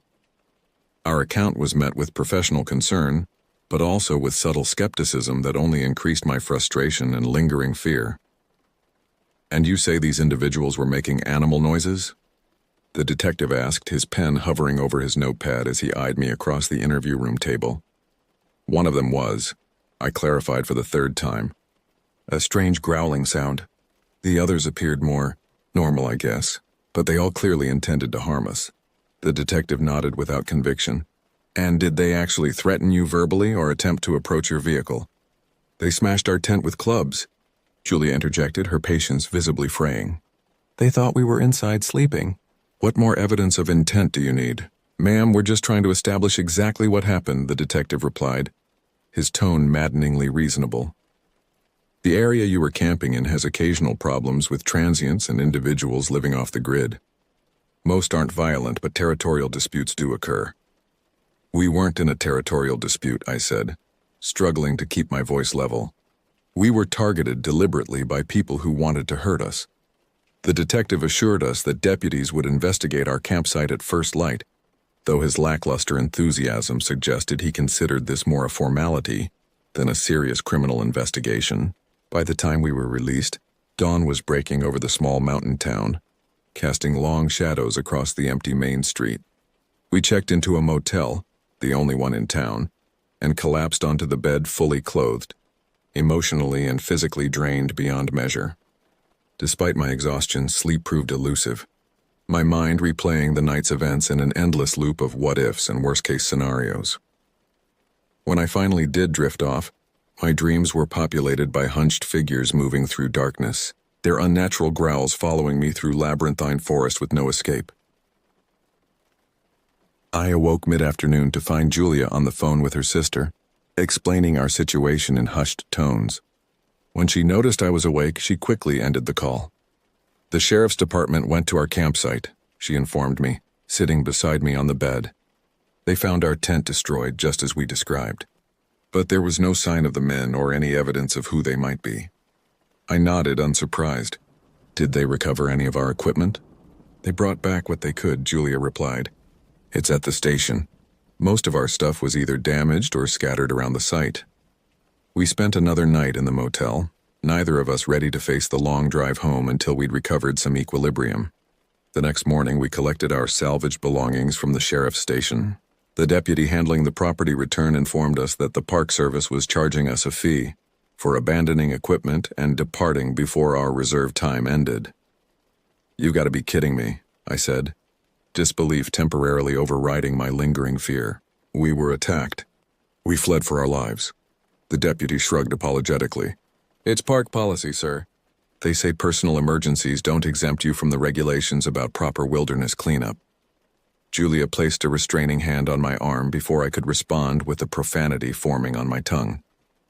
"We'll pay it," she said quietly. "It doesn't matter." She was right, of course. A cleanup fee was trivial compared to what might have happened if we'd remained in that tent, or if we'd been slower in our escape. Still, the bureaucratic indifference stung, adding insult to the trauma we'd experienced. The drive home passed in relative silence, both of us lost in our own thoughts. Occasionally, Julia would reach across the console to touch my arm, a wordless affirmation that we were together and safe. I found myself checking the rearview mirror obsessively, unable to shake the feeling that we were being followed even now. Hundreds of miles from where our nightmare had unfolded. "Do you think we should tell people what really happened?" Julia asked as we approached our hometown. "Or just say we cut the trip short because of bad weather?" I considered this, understanding her reluctance to share an experience that many would find difficult to believe. "Let's keep it simple for now," I suggested. "We can decide later if we want to tell the full story." She nodded, looking relieved. I don't think I could bear having people look at me the way that detective did, like I was exaggerating or making things up. In the days that followed, we attempted to resume our normal routines, but the experience had altered something fundamental in us both. Julia began researching home security systems, while I found myself avoiding news stories about random violence, unable to face reminders of our vulnerability. We both startled at unexpected noises, especially after dark. Sleep continued to elude me, my dreams filled with pursuing figures and strange animalistic sounds that weren't quite human. Julia admitted to similar disruptions in her rest, often waking in the night convinced she'd heard someone moving around outside our house. "Maybe we should talk to someone professional," she suggested one evening, after I jumped at the sound of a car door closing on our street. "This isn't getting better on its own." I agreed reluctantly, knowing she was right but resistant to sharing our experience with yet another skeptical listener. Still, the persistent anxiety and hypervigilance were taking a toll on our daily lives, undermining the sense of security we'd previously taken for granted. We found a therapist who specialized in trauma recovery, someone who listened without judgment as we recounted the night that had changed everything. With her guidance, we began the slow process of processing what had happened and integrating it into our life narrative without allowing it to define us entirely. "You survived," she reminded us in one session. "Whatever their intentions were, you outsmarted them. That's the story to focus on, not what might have happened, but what actually did happen. You escaped. You're safe." Gradually, incrementally, we began to heal. The nightmares became less frequent, the startled reactions less intense. We even discussed the possibility of camping again someday, though we agreed it would be at established campgrounds with plenty of other people nearby. Yet even 5 years later, I still find myself scanning parking lots before exiting my car at night. Julia still insists on multiple locks on our doors and windows, and neither of us can hear an unusual sound in the darkness, without immediately returning to that moment when we realized the noise outside our tent wasn't an animal at all, but something far more deliberately malevolent. 5 years have passed since that night in the Colorado wilderness, and while the acute terror has faded, the experience has left permanent marks on how Julia and I perceive the world. The changes are subtle but undeniable. A heightened awareness of potential threats, a tendency to plan escape routes even in ordinary situations, a momentary freezing when we hear unexpected sounds at night. Our therapist called these adaptive responses rather than symptoms, framing them as reasonable adjustments to having encountered genuine danger. This perspective helped, transforming what felt like weakness into a form of personal evolution. We weren't broken. We had simply learned from experience in ways that most people never need to. We eventually did return to camping, though with significant modifications to our approach. We now choose only popular, well-established campgrounds with regular ranger patrols. We position our tent where it's visible to other campers, and we always have multiple communication devices fully charged and within reach. In some ways, the incident clarified aspects of life that many people never consciously examine. I developed a profound appreciation for the safety infrastructure of civilization, the proximity of emergency services, the deterrent effect of witnesses, the security of sturdy walls and doors. Julia speaks occasionally about how the experience highlighted what truly matters, that all our possessions combined weren't worth risking our lives for, that our connection to each other proved more important than anything material. We never learned who those men were, or what drove them to target us that night. The sheriff's department eventually closed the case as an unsolved vandalism incident, despite our insistence that it had been an attempted assault at minimum.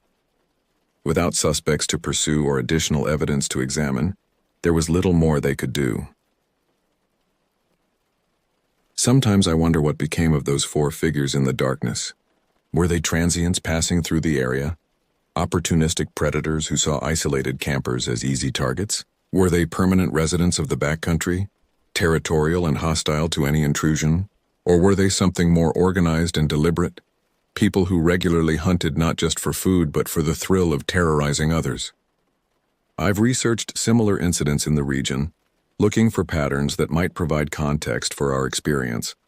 There are scattered reports of vandalized campsites, stolen equipment, and occasional confrontations between hikers and unidentified individuals in remote areas.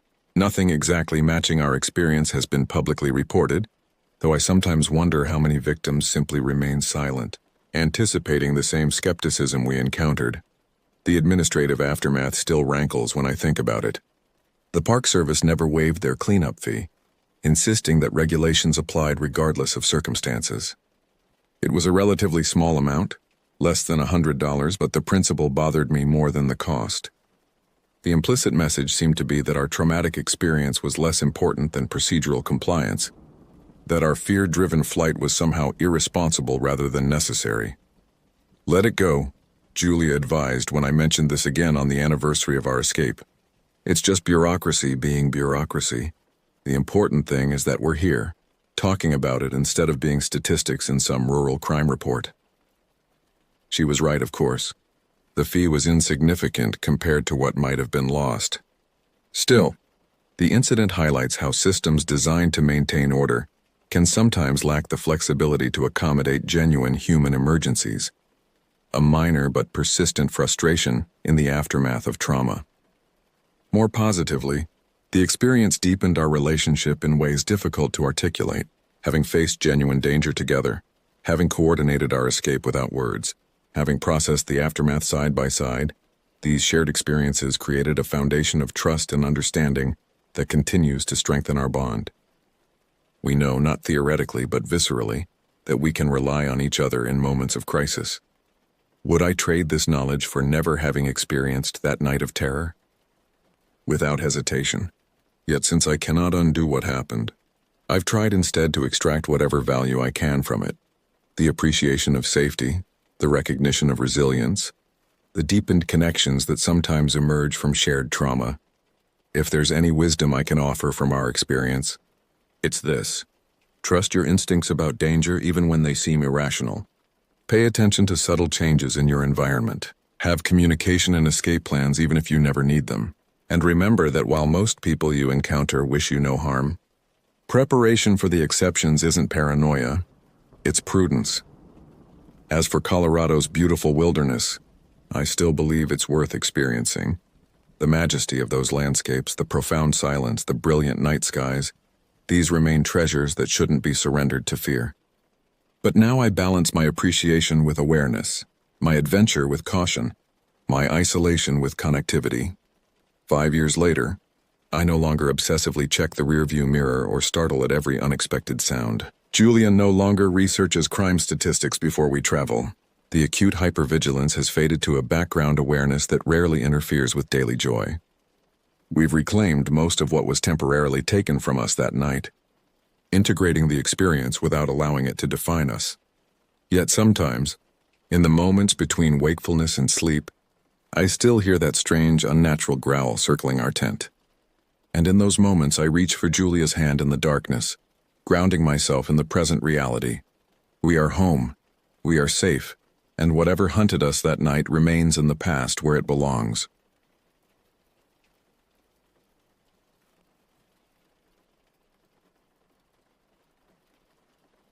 I remember the exact date being March 21st, 2020.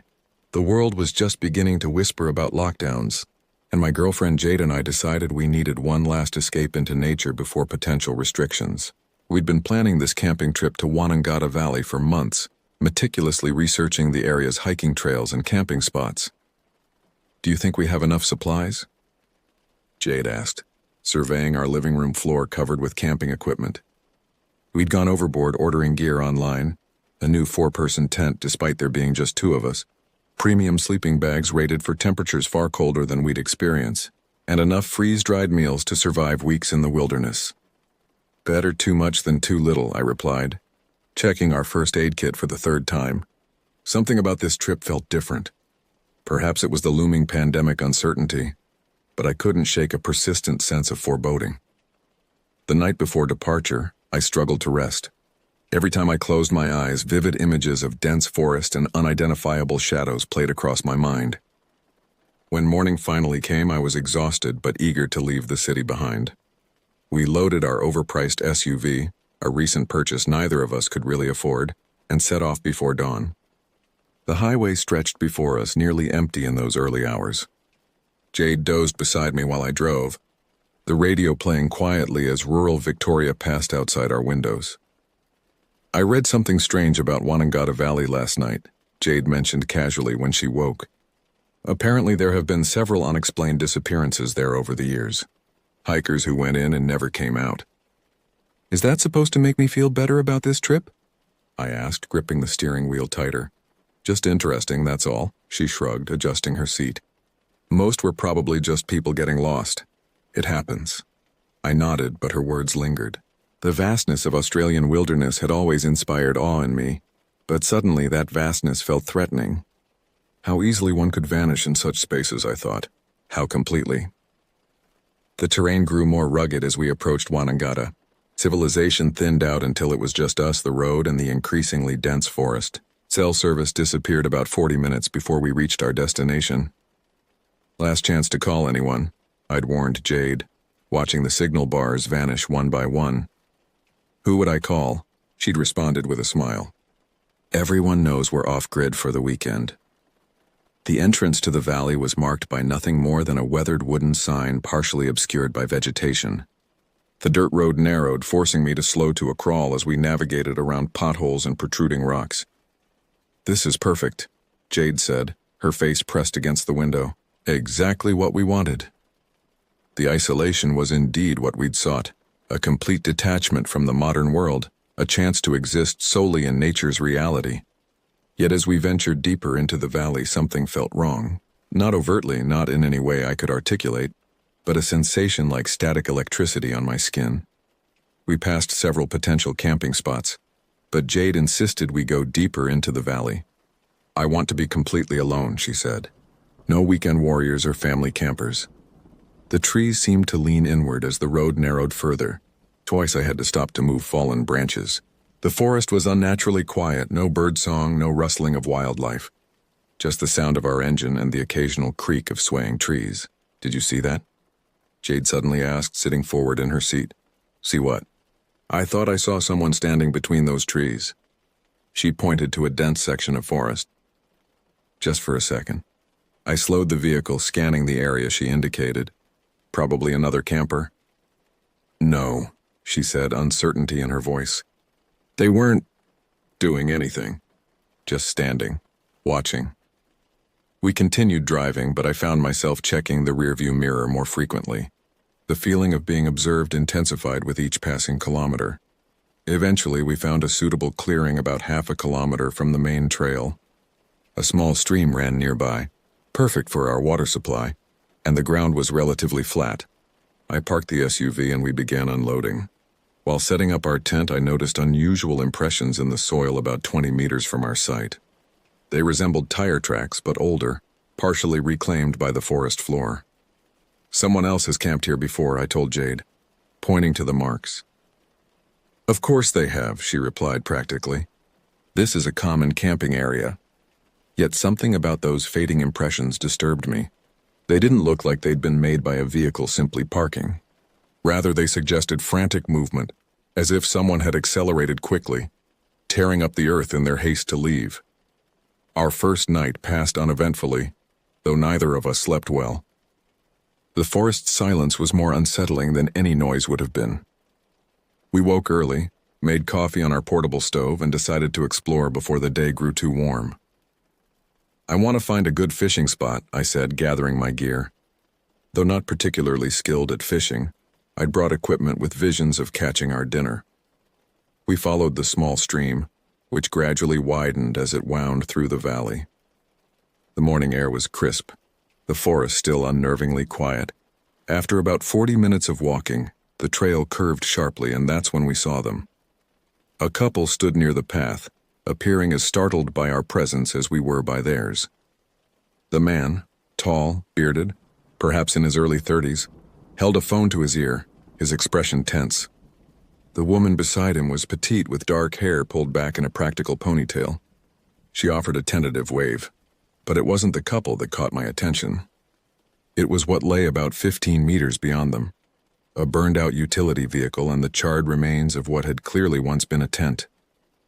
Blackened cooking equipment was scattered around the site, and the acrid smell of burnt synthetic materials hung in the air. Jesus, I whispered, instinctively reaching for Jade's hand. The man ended his call as we approached. You folks camping nearby? He asked, his accent suggesting he was from Melbourne or perhaps Sydney. I nodded. Just down by the stream. What happened here? No idea, he replied. We just stumbled across it ourselves. I've called emergency services, though who knows how long they'll take to get out here. The woman stepped forward. I'm Rita, this is Ben. We're just day hiking, came across this. She gestured toward the destruction. It looks recent. The ashes are still warm in places. Jade introduced us, and we all turned our attention to the ruined campsite. Now closer, I could see unopened food packages scattered near what remained of the tent. Canned beans, vacuum-sealed jerky, bottled water. Whatever had happened, it appeared to have occurred suddenly, perhaps violently. Do you think anyone was hurt? Jade asked softly. Ben shrugged. No blood that we can see, no remains. The word hung heavily in the air. Might have been an accident. Campfire got out of control, maybe. But the scene didn't suggest an accident. The vehicle was thoroughly burned, its windows shattered from heat, tires melted into the ground. The tent was nothing but a skeletal frame and ashes. It looked deliberate, methodical. We should probably head back, I suggested to Jade, suddenly eager to distance ourselves from this disturbing discovery. Since Ben's already contacted authorities, there's not much else we can do. She hesitated, her eyes still fixed on the devastation. Shouldn't we wait? What if they need witnesses or something? The officer I spoke with said we could continue our hike, Ben offered. They took my number, said they'd call if they needed more information. After a brief, awkward exchange of pleasantries, we parted ways. Ben and Rita continued along the trail while Jade and I turned back toward our camp. Neither of us spoke much on the return journey, the image of the burned-out site troubling our thoughts. Something terrible happened there, Jade finally said as our own campsite came into view. I can feel it. I couldn't disagree.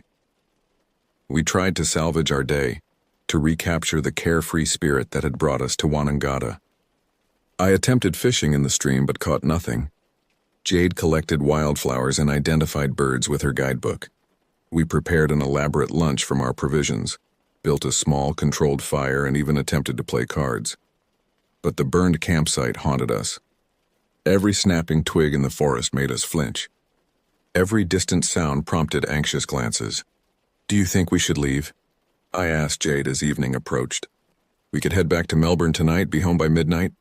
She considered this, poking at our fire with a stick. "No," she finally decided. "We came here for a reason. I don't want to let some incident ruin our weekend." The wind picked up as darkness fell, causing the trees around us to sway and creak. Our fire cast dancing shadows across the clearing, shapes that seemed to move with purpose rather than in response to the flames. "Tell me about your childhood camping trips," Jade suggested as we huddled near the fire. "The ones with your father."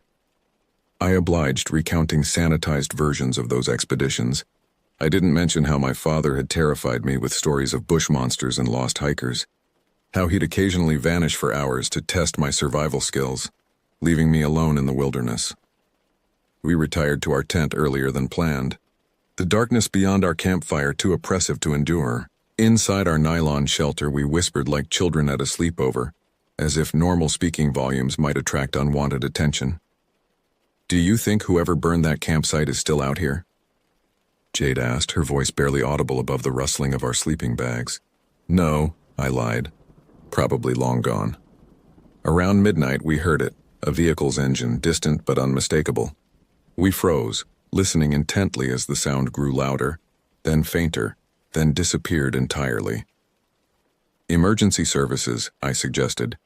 "Coming to investigate the burned site." "At midnight?" Jade questioned. "And why didn't they use the main trail?" I had no answer. We lay awake for hours afterward, straining to hear any further disturbances.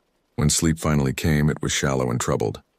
I awoke before dawn to find Jade already dressed, her face pale in the early light filtering through our tent. "Someone was walking around our camp last night," she said without preamble. I heard footsteps very close to the tent. "An animal," I suggested, though even as I spoke the words, I doubted them.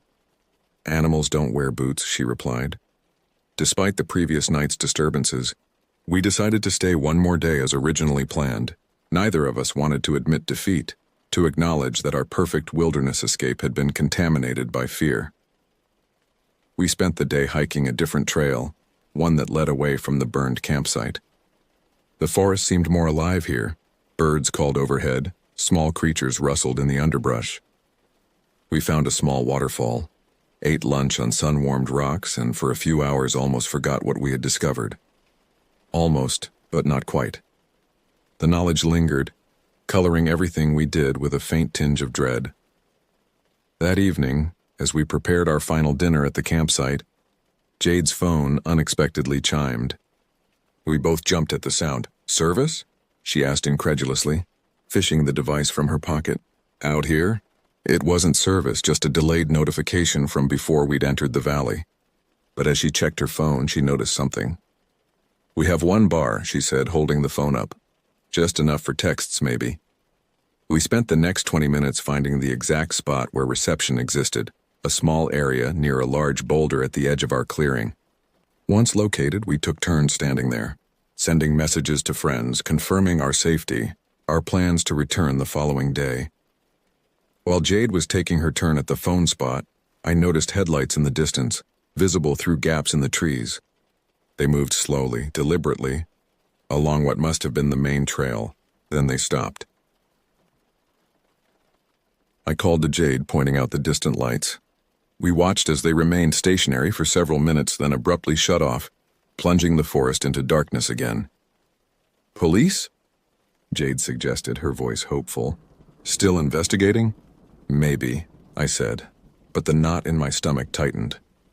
We stayed close to our campfire that night, adding more wood than necessary, creating a circle of light that felt like our only protection. When we finally retired to our tent, neither of us suggested separating to use the improvised toilet area we'd established in the woods. Instead, we used a plastic container inside the tent, an indignity that seemed preferable to venturing into the darkness alone. Despite our exhaustion, sleep eluded us both. Every sound from the forest registered as a potential threat. The wind, which had been consistent throughout our stay, Died completely around 2 a.m., leaving an unnatural stillness. "Tomorrow we leave," Jade whispered. "First light." I nodded in the darkness, reaching for her hand. We packed hastily at dawn, skipping breakfast in our eagerness to depart. The forest, beautiful just days before, now seemed menacing in the gray morning light. Every shadow concealed potential danger. Every sound signaled approaching threat. As we drove out, following the rough trail back toward the main road, Jade spotted something I missed. A different vehicle partially hidden among trees about 50 meters from the path. Dark green, mud-splattered, windows tinted. "Slow down," she urged. "Look over there." I glimpsed it briefly before a bend in the road obscured our view. "Probably belongs to other campers," I suggested, but neither of us believed it. The relief when we finally reached paved road was palpable. As cell service returned, Jade's phone began buzzing with accumulated notifications. Most were trivial, social media updates, news alerts, but one message from her sister caught her attention. "Listen to this," she said, her voice tense. "Have you heard about the missing elderly couple near where you're camping? It's all over the news." Back in Melbourne, we learned the full extent of what had happened. An elderly couple, Harold and Irene Whitley, both in their 70s, had been reported missing by their daughter when they failed to return from their camping trip to Wanangata Valley. Their planned 3-day excursion had stretched to 5 days with no contact. A search was underway, focused on their last known location, precisely where we had seen the burned-out utility vehicle in tent. "We have to call the police," I told Jade. "Tell them what we saw." The detective who took our statement was a stern woman with prematurely gray hair and eyes that seemed to evaluate everything simultaneously. Detective Inspector Morrison asked detailed questions about our discovery, our observations, and the couple we'd met at the site. "And you're certain the man, Ben, said he'd already called emergency services?" she asked, making notes in a small leather-bound book. "Absolutely," Jade confirmed. "He was on the phone when we arrived, and he specifically mentioned speaking to an officer." Morrison's expression revealed nothing. "We have no record of such a call on the day you mentioned." The implication hung in the air between us. If Ben hadn't called the police as he claimed, what had his phone call been about? And who had he really been speaking to? We provided descriptions of Ben and Rita, helped create composite sketches, and surrendered our phones for forensic examination of the photos we'd taken during our trip, none of which, unfortunately, included the burned campsite or the couple we'd met. For weeks afterward, we followed news of the missing Whitleys obsessively. Search parties combed the valley. Volunteers from surrounding communities joined professional teams with dogs and sophisticated equipment. Helicopters with thermal imaging surveyed the area from above. Nothing was found. No bodies. No additional evidence. No trace of the elderly couple beyond their destroyed campsite. The case dominated local news cycles, then gradually faded as other stories took precedence. But for Jade and me, it remained vivid, inescapable. We found ourselves discussing it constantly, reconstructing our experience, questioning our memories, wondering what we might have missed. "We should have stayed," Jade would say during these sessions. "We should have waited for actual authorities." "Or we could have been targets too," I would counter, though the thought provided little comfort. We learned that Ben and Rita, if those were even their real names, had never come forward. Despite extensive public appeals for witnesses, no one matching their descriptions had been identified. Gradually, our relationship with each other changed. The shared trauma bound us together in some ways, but created distance in others. We stopped camping entirely. Neither of us could bear the thought of forests or isolated places. Eventually, Jade accepted a job interstate, and our relationship ended, amicably but inevitably. I remained in Melbourne, unable to leave despite increasingly frequent nightmares about Wanangata Valley. In these dreams, I was always alone, always lost, always aware of being watched by unseen eyes from between the trees. 18 months after our camping trip, I received an unexpected call from Detective Inspector Morrison. "They've found bodies," she said without preamble. "We need you to come in." At the station, Morrison looked older, more haggard than I remembered. The Whitley case had clearly taken its toll on her as well. "Two hikers discovered human remains yesterday, approximately 3 kilometers from where the campsite was found," she explained in her office. Preliminary examination suggests they're the Whitleys. How did they... What happened to them? I asked, uncertain if I truly wanted the answer. Morrison's professional demeanor faltered momentarily. Evidence indicates they were murdered. Multiple stab wounds. The bodies were concealed in a shallow grave, covered with rocks and forest debris. The clinical description couldn't mask the horror of what she was describing. Two elderly people, out enjoying nature, brutally killed and discarded like trash. We believe they were murdered at their campsite, and the fire was set to destroy evidence, Morrison continued. The bodies were transported to the burial location afterward. Do you know who did it? I asked. We have persons of interest, she replied carefully. I thought immediately of Ben and Rita, the couple who had lied about contacting authorities. The people we met at the campsite? Morrison hesitated, then nodded slightly. We've identified them through other witness accounts. Benjamin Hicks and Margaret Rice. Both have extensive criminal records, primarily for fraud and identity theft. We're actively searching for them. She showed me photographs, mug shots from previous arrests. The faces were indeed those of the couple we'd encountered, though in the official photos they looked harder, their expressions calculating rather than concerned. We believe they targeted the Whitleys specifically, Morrison explained. Not random violence, but premeditated murder. Hicks has a history of targeting elderly victims for financial scams. This appears to be an escalation of his usual pattern. I felt physically ill imagining the couple we'd spoken with, so normal-seeming, so apparently concerned as cold-blooded killers who had murdered two elderly people for financial gain. The vehicle you reported seeing on your way out, Morrison continued. It likely belonged to them. We think they remained in the area to ensure the scene wasn't thoroughly investigated before they could distance themselves from it. The realization that the killers had been watching us, perhaps even stalking our campsite during the night, sent ice through my veins. The footsteps Jade had heard, the distant vehicle sounds, all took on new, horrifying significance. Were we in danger? I asked, my voice barely steady. Morrison's expression was grave. Based on their methodical approach to the Whitleys, I believe they wouldn't have left witnesses if they thought you'd seen anything incriminating. But we spoke to them, I protested. We saw them at the crime scene, which they had already staged as an accident or a random act of vandalism, Morrison pointed out. Your presence actually helped their narrative. Two independent witnesses who saw nothing suspicious beyond a burned campsite. I left the police station shaken, immediately calling Jade to relay what I'd learned. Our conversation lasted hours, processing the revelation that we had stood face to face with murderers, exchanged pleasantries, and walked away none the wiser. We could have been killed, Jade said, her voice distant despite the phone's clarity. If we'd arrived earlier, if we'd seen something we shouldn't have. The thought was too terrible to complete. The trial of Benjamin Hicks and Margaret Rice dominated headlines when they were finally apprehended 3 months later. Attempting to cross into New Zealand using forged passports, the prosecution's case was devastating. Forensic evidence from the murder scene, financial records showing they had systematically emptied the Whitleys' accounts, and testimony from previous victims of their scams. I attended the trial daily, watching the proceedings with horrified fascination. Hicks maintained throughout that the killings had been self-defense, claiming Harold Whitley had threatened him with a hunting rifle during an argument over Hicks's drone flying too close to their campsite. He rushed the old man, took his gun, and shot both of them, the prosecutor summarized during closing arguments. Then methodically burned their possessions, buried their bodies, and spent the next week emptying their bank accounts before disappearing.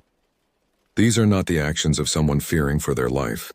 These are the actions of predators who saw opportunity in vulnerability. The jury deliberated for less than 6 hours before returning guilty verdicts for both defendants on all charges. The judge, delivering his sentencing remarks, described their crimes as displaying extraordinary callousness toward fellow human beings. Hicks received life imprisonment with a non-parole period of 30 years. Rice, argued by her counsel to have been under Hicks's influence, received 25 years. As the courtroom emptied following sentencing, Detective Inspector Morrison approached me. "Closure?" she asked simply. I considered the question. "Knowledge," I replied after a moment. "Not the same thing," she nodded in understanding. The Whitley's daughter asked to meet you. She wants to thank you for coming forward, for helping identify her parents' killers. The meeting took place in a quiet cafe near the courthouse. Patricia Whitley was a dignified woman in her 50s, her resemblance to her murdered mother visible in photographs I'd seen during the trial. You were the last people, besides the killers, to see where my parents spent their final moments, she said, her composure remarkable given the circumstances. I wanted to thank you for testifying, for not just walking away from what you saw. We almost did exactly that, I admitted. We saw something wrong and left anyway. Patricia reached across the table, briefly touching my hand. But you came forward when it mattered. That's what counts in the end. After meeting Patricia, I visited Wanangata Valley one final time. Not to camp, I would never camp again, but to stand at the entrance to the valley, to confront the place that had changed so many lives, including my own. The forest remained as it had been, indifferent to human suffering, neither malevolent nor benign. The horror that had occurred there came not from the wilderness itself, but from what people had brought into it. Greed, cruelty, capacity for violence. I remembered how Jade and I had sought isolation, had deliberately chosen the most remote spot we could find. We had craved detachment from civilization, never considering that civilization, for all its flaws, also provided protection, the security of community, of witnesses, of help within reach.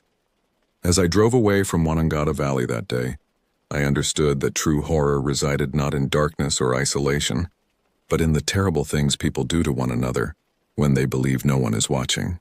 The burned campsite, the shallow grave, the lives extinguished for mere financial gain. These were human creations, human choices.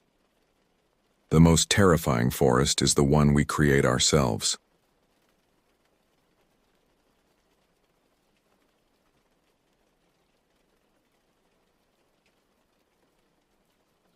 A lot of people hate the city, but I would rather take the city over the wilderness any day of the week, especially after what happened to me and my friends in October 2020.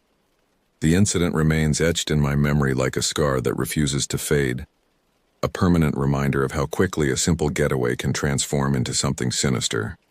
It began with my friend Jasmine's unexpected separation from her fiancé, Gregory.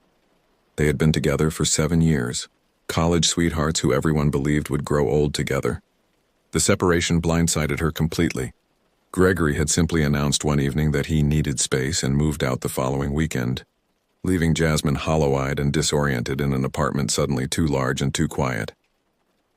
We watched her struggle through those first few weeks, her phone perpetually in hand, waiting for a message that rarely came. She stopped eating properly, called in sick to work repeatedly, and developed dark circles under her eyes that no amount of concealer could hide. Jasmine had always been the vibrant one in our group, quick to laugh, first to dance, and seeing her reduced to this shell was heartbreaking.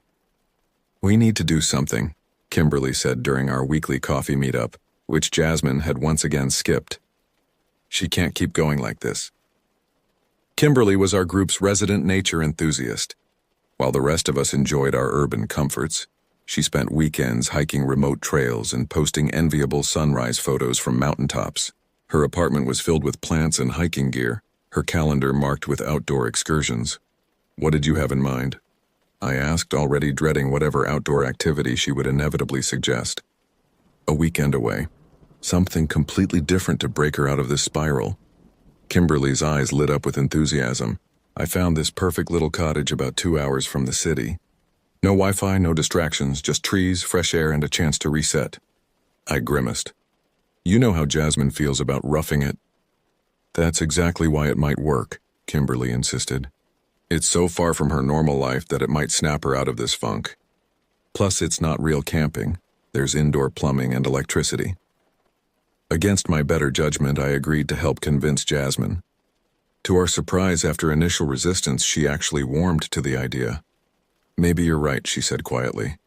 Maybe I need to get away from all these reminders for a while. We scheduled the trip for the following weekend, a single night away that would change everything. The drive out of the city began pleasantly enough.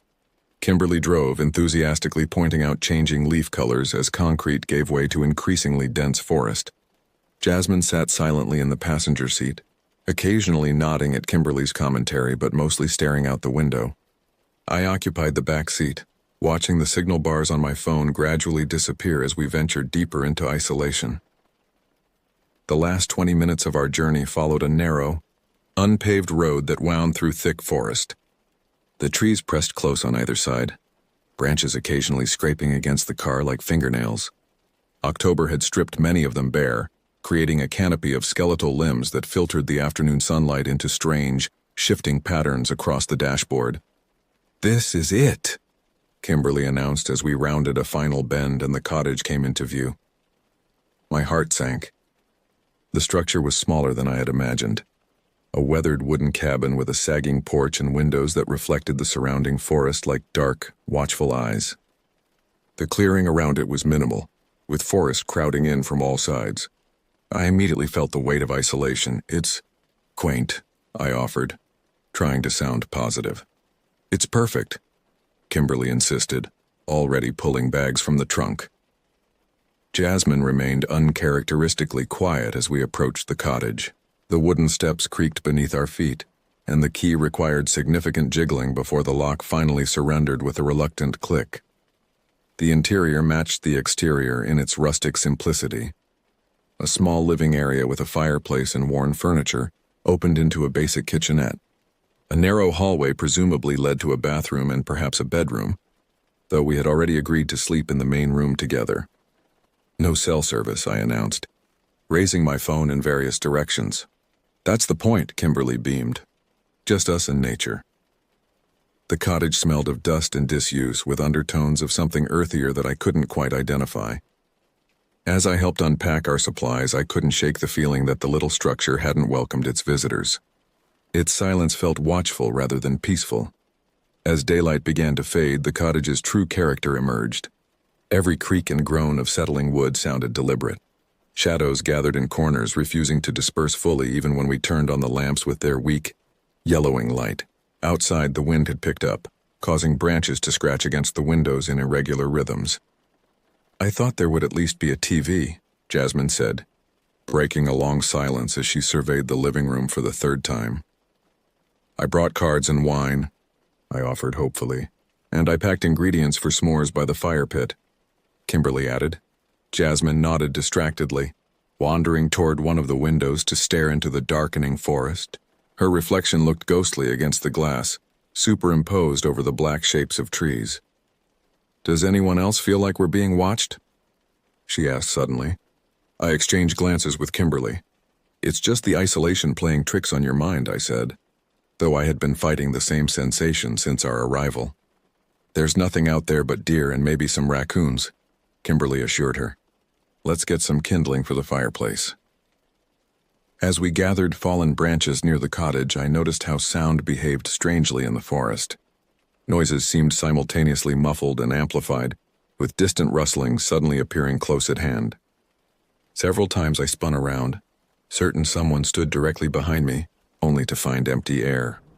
By the time we returned with our arms full of wood, Jasmine had found a crumpled brochure for local attractions. "There's a bar about 15 minutes down the road," she announced, a hint of her old enthusiasm breaking through. "Instead of sitting here listening to the house settle all night, why don't we check it out?" Kimberly looked dismayed. "But the whole point was to disconnect. One drink," Jasmine pleaded. "I just need to be around other people for a bit."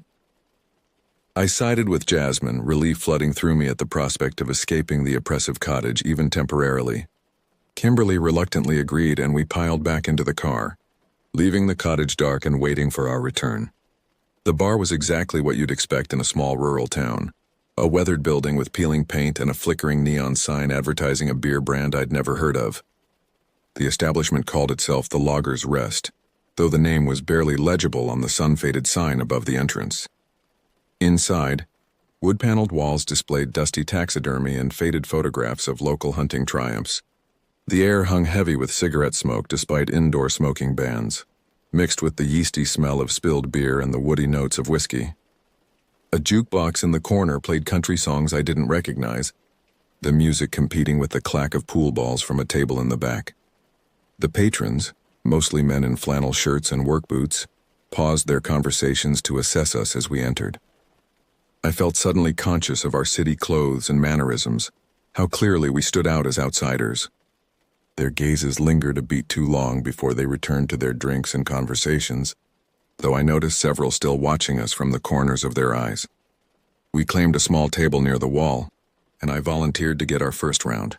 The bartender, a heavy-set woman with tired eyes, took our order without comment or smile. "This is more like it," Jasmine said when I returned with our drinks. The alcohol seemed to loosen something in her. Color returned to her cheeks, and she sat straighter, her eyes scanning the room with renewed interest. That's when she noticed him. He sat alone at the bar, nursing what appeared to be a whiskey.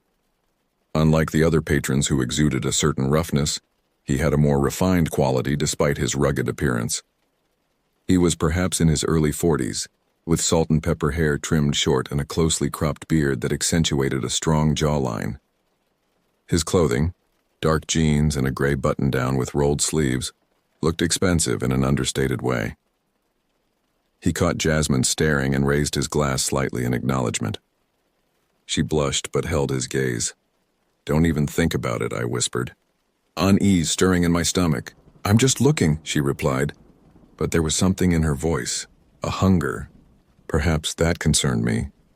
Kimberly excused herself to use the restroom, and in those few minutes of her absence, everything changed. The man from the bar approached our table, glass in hand. "You ladies aren't from around here," he said. It wasn't a question. "Just visiting for the weekend," Jasmine replied before I could intervene. "Russell," he introduced himself, extending a hand with manicured nails that contradicted his otherwise rugged appearance. "Jasmine," my friend replied, taking his hand. I noticed he held it slightly longer than necessary. "Mind if I join you?" Without waiting for an answer, he pulled out Kimberly's empty chair and sat down, positioning himself primarily toward Jasmine. I watched with growing concern as Russell charmed Jasmine with practiced ease. He claimed to be a consultant who traveled frequently for work, but maintained a cabin in the area as a sanctuary from the corporate world. His stories were well-crafted, his attention flattering, and Jasmine bloomed under his focus in a way I hadn't seen since before her breakup. When Kimberly returned, she shot me a worried glance, but neither of us could find a way to interrupt the connection forming before us. Russell bought several rounds, ensuring Jasmine's glass was never empty while barely touching his own drink, a detail that didn't escape my notice. At some point, I excused myself to the bathroom. When I returned, I caught Russell leaning close to Jasmine, his mouth near her ear. As I approached, I heard fragments of their conversation. "Beautiful cottage in these woods," Jasmine was saying. My stomach clenched. She was telling him where we were staying. "Jasmine," I interrupted sharply. "We should probably head back soon." Russell straightened, a smile playing at his lips that didn't reach his eyes. "Of course. It's getting late." As we prepared to leave, Russell placed a hand on Jasmine's wrist. "Perhaps we'll run into each other again before you leave." The bar's patrons watched our departure with the same silent attention they'd given our arrival. As we stepped into the parking lot, I noticed Russell in conversation with the bartender, both of them glancing in our direction. "What were you thinking?" I hissed at Jasmine once we were in the car. "Telling a complete stranger where we're staying?" "He was just being friendly," Jasmine defended, though doubt flickered across her face. "Besides, I didn't give him the exact location." "You mentioned the rental company and the road," Kimberly pointed out, her knuckles white on the steering wheel. "In an area this small, that's more than enough." The drive back to the cottage was tense and silent. The alcohol had created a false sense of warmth and security in the bar, but as we drove through the pitch-black forest, reality reasserted itself. The headlights carved a narrow tunnel through the darkness beyond which anything, or anyone, could be watching and waiting. We arrived back at the cottage shortly before midnight. The structure loomed dark and unwelcoming against the night sky, its windows reflecting nothing but blackness. Kimberly fumbled with the keys, her hands shaking slightly as she unlocked the door. Inside, the cottage felt colder than when we'd left it, as though the night had seeped through the walls during our absence. "I'll get the fire started," Kimberly offered, kneeling before the fireplace with determined focus. Jasmine collapsed onto the worn sofa, the evening's alcohol catching up with her. "You guys are overreacting about Russell," she said, though her voice held less conviction than before. "He was just being nice." "Maybe," I conceded, drawing the curtains closed across every window. But there was something about him that didn't feel right. While Kimberly coaxed the fire to life, I moved through the cottage, checking that each window was locked. The bathroom window had a broken latch, I discovered, and could be easily opened from the outside. I wedged a shampoo bottle into the frame to secure it, my imagination already conjuring images of hands pushing against the glass. When I returned to the living room, the fire had transformed the space somewhat, casting warm light that pushed back the shadows. Kimberly had opened a bottle of wine, and despite my misgivings, I accepted a glass. We needed something to steady our nerves. "Let's talk about something else," Kimberly suggested, settling into an armchair. "Remember that time we got lost hiking and ended up at that weird abandoned house?"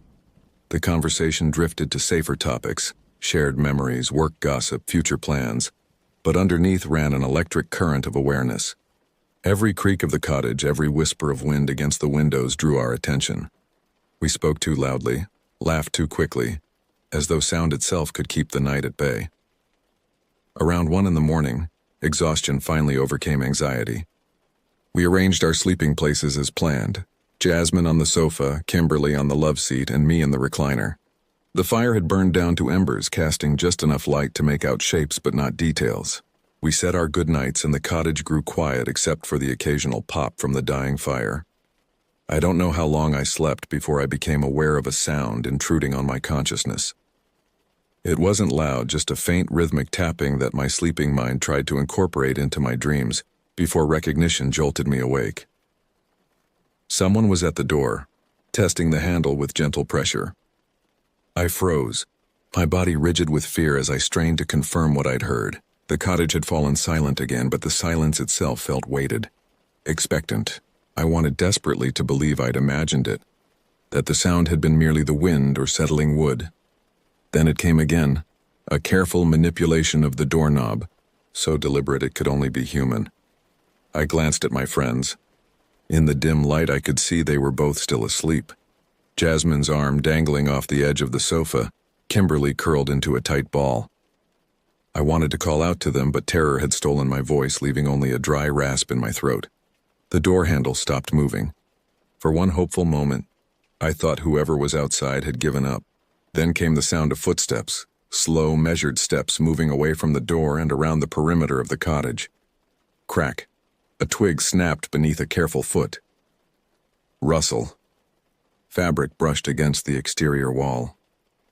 The footsteps circled toward the back of the cottage, toward the large window behind the sofa where Jasmine slept, oblivious to the approaching threat. I needed to wake them, needed to move, but my body refused to respond. Locked in the paralysis of absolute fear, I watched, helpless, as a shadow passed across the curtained window, a distinctly human silhouette pausing directly behind Jasmine's sleeping form. The shadow remained motionless at the window for what felt like an eternity. Then slowly, it raised a hand and placed it flat against the glass. Even through the curtain I could make out the spread fingers pressing against the fabric, creating 5 small indentations that seemed to reach toward Jasmine. My paralysis broke. I managed to extend my foot and kick Kimberly's love seat, hard enough to jostle her awake. She startled, blinking in confusion before registering my wide-eyed terror. I pointed frantically toward the window, mouthing the words, "Someone's outside." Understanding dawned on her face. She sat up cautiously, reaching over to shake Jasmine's shoulder. Jasmine woke with a small groan, which she quickly stifled when Kimberly pressed a warning finger to her lips. The 3 of us huddled together on the sofa, eyes fixed on the window where the shadow remained. The only sounds were our shallow breaths and the thundering of my heart, which seemed loud enough to alert the entire forest to our presence. "What do we do?" Jasmine whispered so quietly I barely heard her. Before anyone could answer, a new sound emerged, the gentle scrape of the window frame being tested, followed by the distinct click of a latch trying to turn. The bathroom window, I realized with horror. Despite my makeshift lock, someone was attempting to gain entry. "I'm calling the police," I announced loudly, my voice cracking but carrying clearly through the cottage. The movement at the window ceased immediately. The silence that followed was absolute, as though the entire forest held its breath.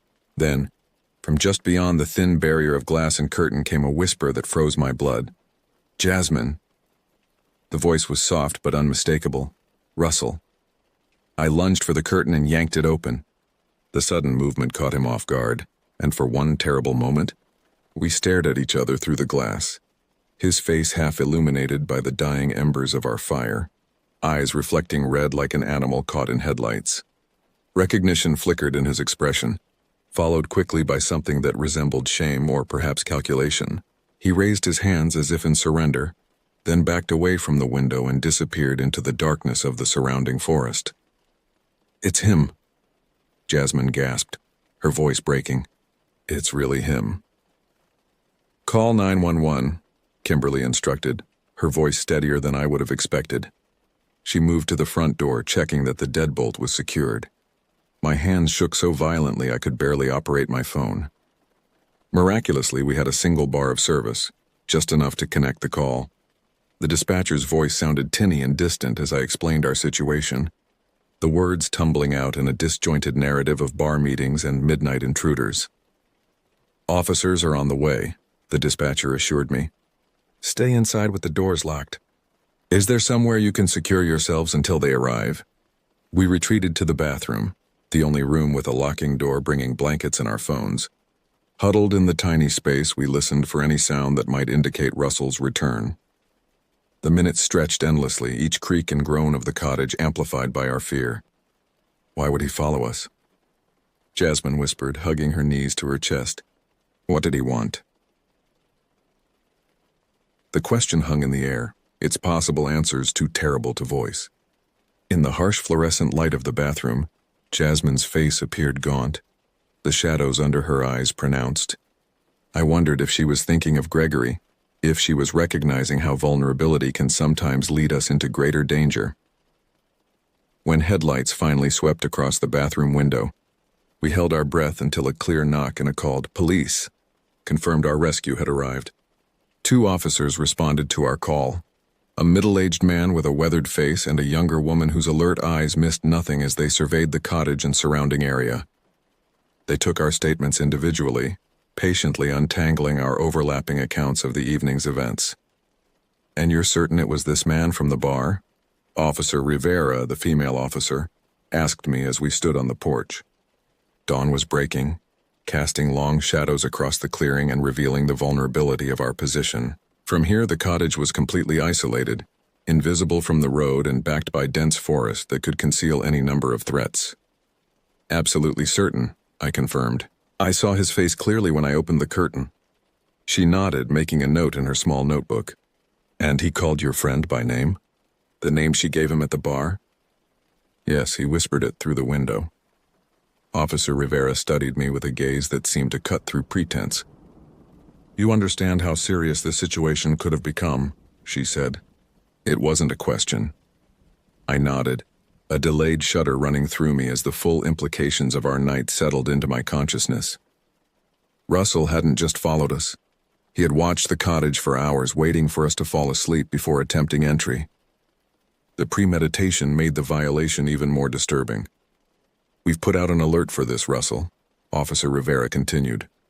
"But with just a first name and basic description, I won't lie to you, it's unlikely we'll locate him quickly, especially if he's just passing through the area." Her partner, Officer Jenkins, emerged from the tree line where he'd been examining the ground. "Found clear footprints by the back window and along the south side," he reported. "Single individual, men's boots, probably size 11 or 12. Consistent with someone circling the property multiple times." The image of Russell pacing around our cottage like a predator circling prey sent another wave of nausea through me. I reached for the porch railing to steady myself. "We're going to maintain patrols in this area for the next few days," Officer Rivera assured me, perhaps noticing my reaction. "But my recommendation would be for you ladies to return to the city today. This type of isolated rental isn't secure enough given the circumstances." Inside, Jasmine sat wrapped in a blanket despite the morning warmth, her eyes vacant as she stared at the cold fireplace. Kimberly moved efficiently around the cottage, packing our belongings with mechanical precision. Neither argued when I relayed the officer's suggestion that we leave immediately. By 9 o'clock, the police had completed their investigation, promising to contact us if they located Russell or developed any leads. We loaded our bags into Kimberly's car in silence, each lost in private thoughts about what had transpired and what might have happened had circumstances been slightly different. As we prepared to depart, Officer Rivera approached me one last time, her expression grave. "One more thing," she said quietly, ensuring her words wouldn't carry to my friends. "The bartender at the Loggers Rest called in after hearing about the incident. She claims no regular customer matches your description of Russell, and she has no recollection of serving anyone fitting that description last night." I stared at her, processing the implications. "That's impossible. He was there for hours. He bought multiple rounds." Officer Rivera nodded, her expression carefully neutral. "We're looking into it. There may be a simple explanation. Perhaps he's new to the area or the bartender's memory is faulty. But I wanted you to be aware." This final disturbing detail accompanied us as we drove away from the cottage, following the police cruiser until we reached the main road. I watched the forest recede in the side mirror, unable to shake the feeling that somewhere among those trees Russell was watching our departure. The drive back to the city passed in uneasy silence. Kimberly focused intently on the road, her knuckles white against the steering wheel. Jasmine stared out the passenger window, occasionally pressing her fingertips to the glass as though testing its solidity. I sat in the back, constantly checking the rearview mirror for any vehicle that might be following too closely or for too long. We stopped only once, at a busy highway service station flooded with fluorescent light and populated with travelers. The normality of the scene, families purchasing snacks, truck drivers refueling, teenagers laughing over their phones, felt surreal after our night of terror. I found myself studying every male face, searching for Russell's features among the strangers. When we finally reached the city outskirts, the familiar skyline rising before us, I felt a release of tension I hadn't realized I'd been holding. The grid of streets, the flow of traffic, the presence of people everywhere, all represented safety in my mind, a shield against the isolated vulnerability we had experienced. We dropped Jasmine at her apartment first. Kimberly and I insisted on accompanying her inside, checking each room before we felt comfortable leaving her alone. Her apartment showed lingering signs of her breakup with Gregory, empty spaces on shelves where his belongings had been, a collection of framed photos turned face down on a bookcase. "I'll stay with you tonight if you want," I offered, concerned by Jasmine's continued quiet. She shook her head. "I'll be fine. I'll double-check the locks, keep the lights on." She attempted a smile that didn't reach her eyes. "At least Gregory's absence means I have plenty of room to pace when I can't sleep." After ensuring she had both our numbers on speed dial and extracting a promise that she would call at the slightest concern, Kimberly and I reluctantly left. In the car, we sat in silence for several minutes before Kimberly spoke. "Do you think the police will find him?" I considered the question, remembering Officer Rivera's revelation about the bartender's statement. "I don't know," I admitted. "Something about this whole situation feels off." "What do you mean?" I struggled to articulate the unease that had been growing since our departure from the cottage. Russell was too perfect in a way. He knew exactly what to say to engage Jasmine, exactly how to play on her vulnerabilities. And now this claim that no one at the bar remembers him.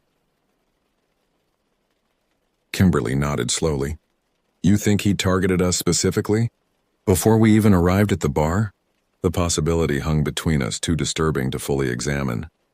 If Russell had identified us as potential victims before our arrival at the Loggers Rest, it suggested a level of planning and predation far beyond an opportunistic encounter.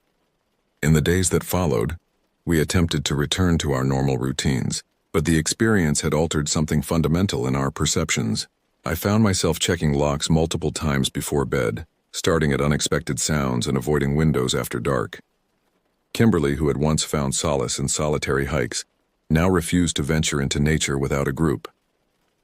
Jasmine's transformation was the most profound. The listlessness that had characterized her post-breakup depression was replaced by hypervigilance.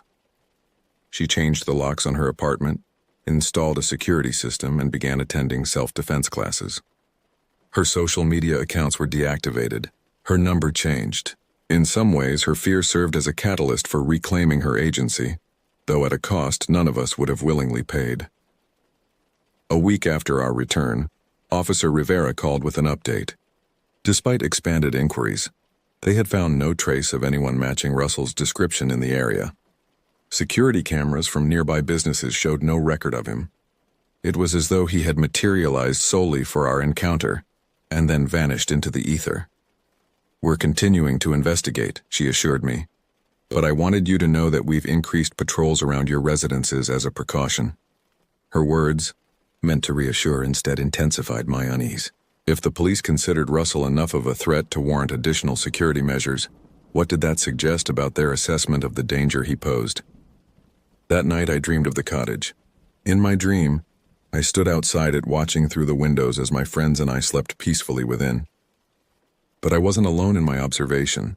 Russell stood beside me, his face half illuminated as it had been at the window. "Why?" I asked him in the dream. His response, delivered with a smile that never reached his eyes, followed me into wakefulness. "Because you made it so easy." October 2021 arrived with a chill that seemed to reach beyond the physical, stirring memories I had spent 12 months trying to suppress. The nightmares had grown less frequent, the jumping at shadows less pronounced. But certain triggers, a glimpse of someone who resembled Russell, the sound of footsteps behind me on a quiet street, could still catapult me back to that night with visceral immediacy. Jasmine had perhaps undergone the most remarkable transformation. The incident had forced her to confront not only the specific threat of Russell, but also the broader vulnerability she had carried since her separation from Gregory. She channeled her fear into action, eventually becoming a volunteer counselor for a women's crisis center, helping others navigate the aftermath of threatening encounters. "In a sick way, this trip really did help me," she admitted during a rare conversation about that night. "I was so thankful to escape unharmed that I was able to pull my life into perspective and start the long road of healing after a horrible breakup." Kimberly had retreated somewhat from her outdoor enthusiasms, preferring urban parks with clearly marked paths and constant foot traffic to the isolated trails she had once favored. When she did venture into more remote areas, she went with organized groups and carried multiple safety devices.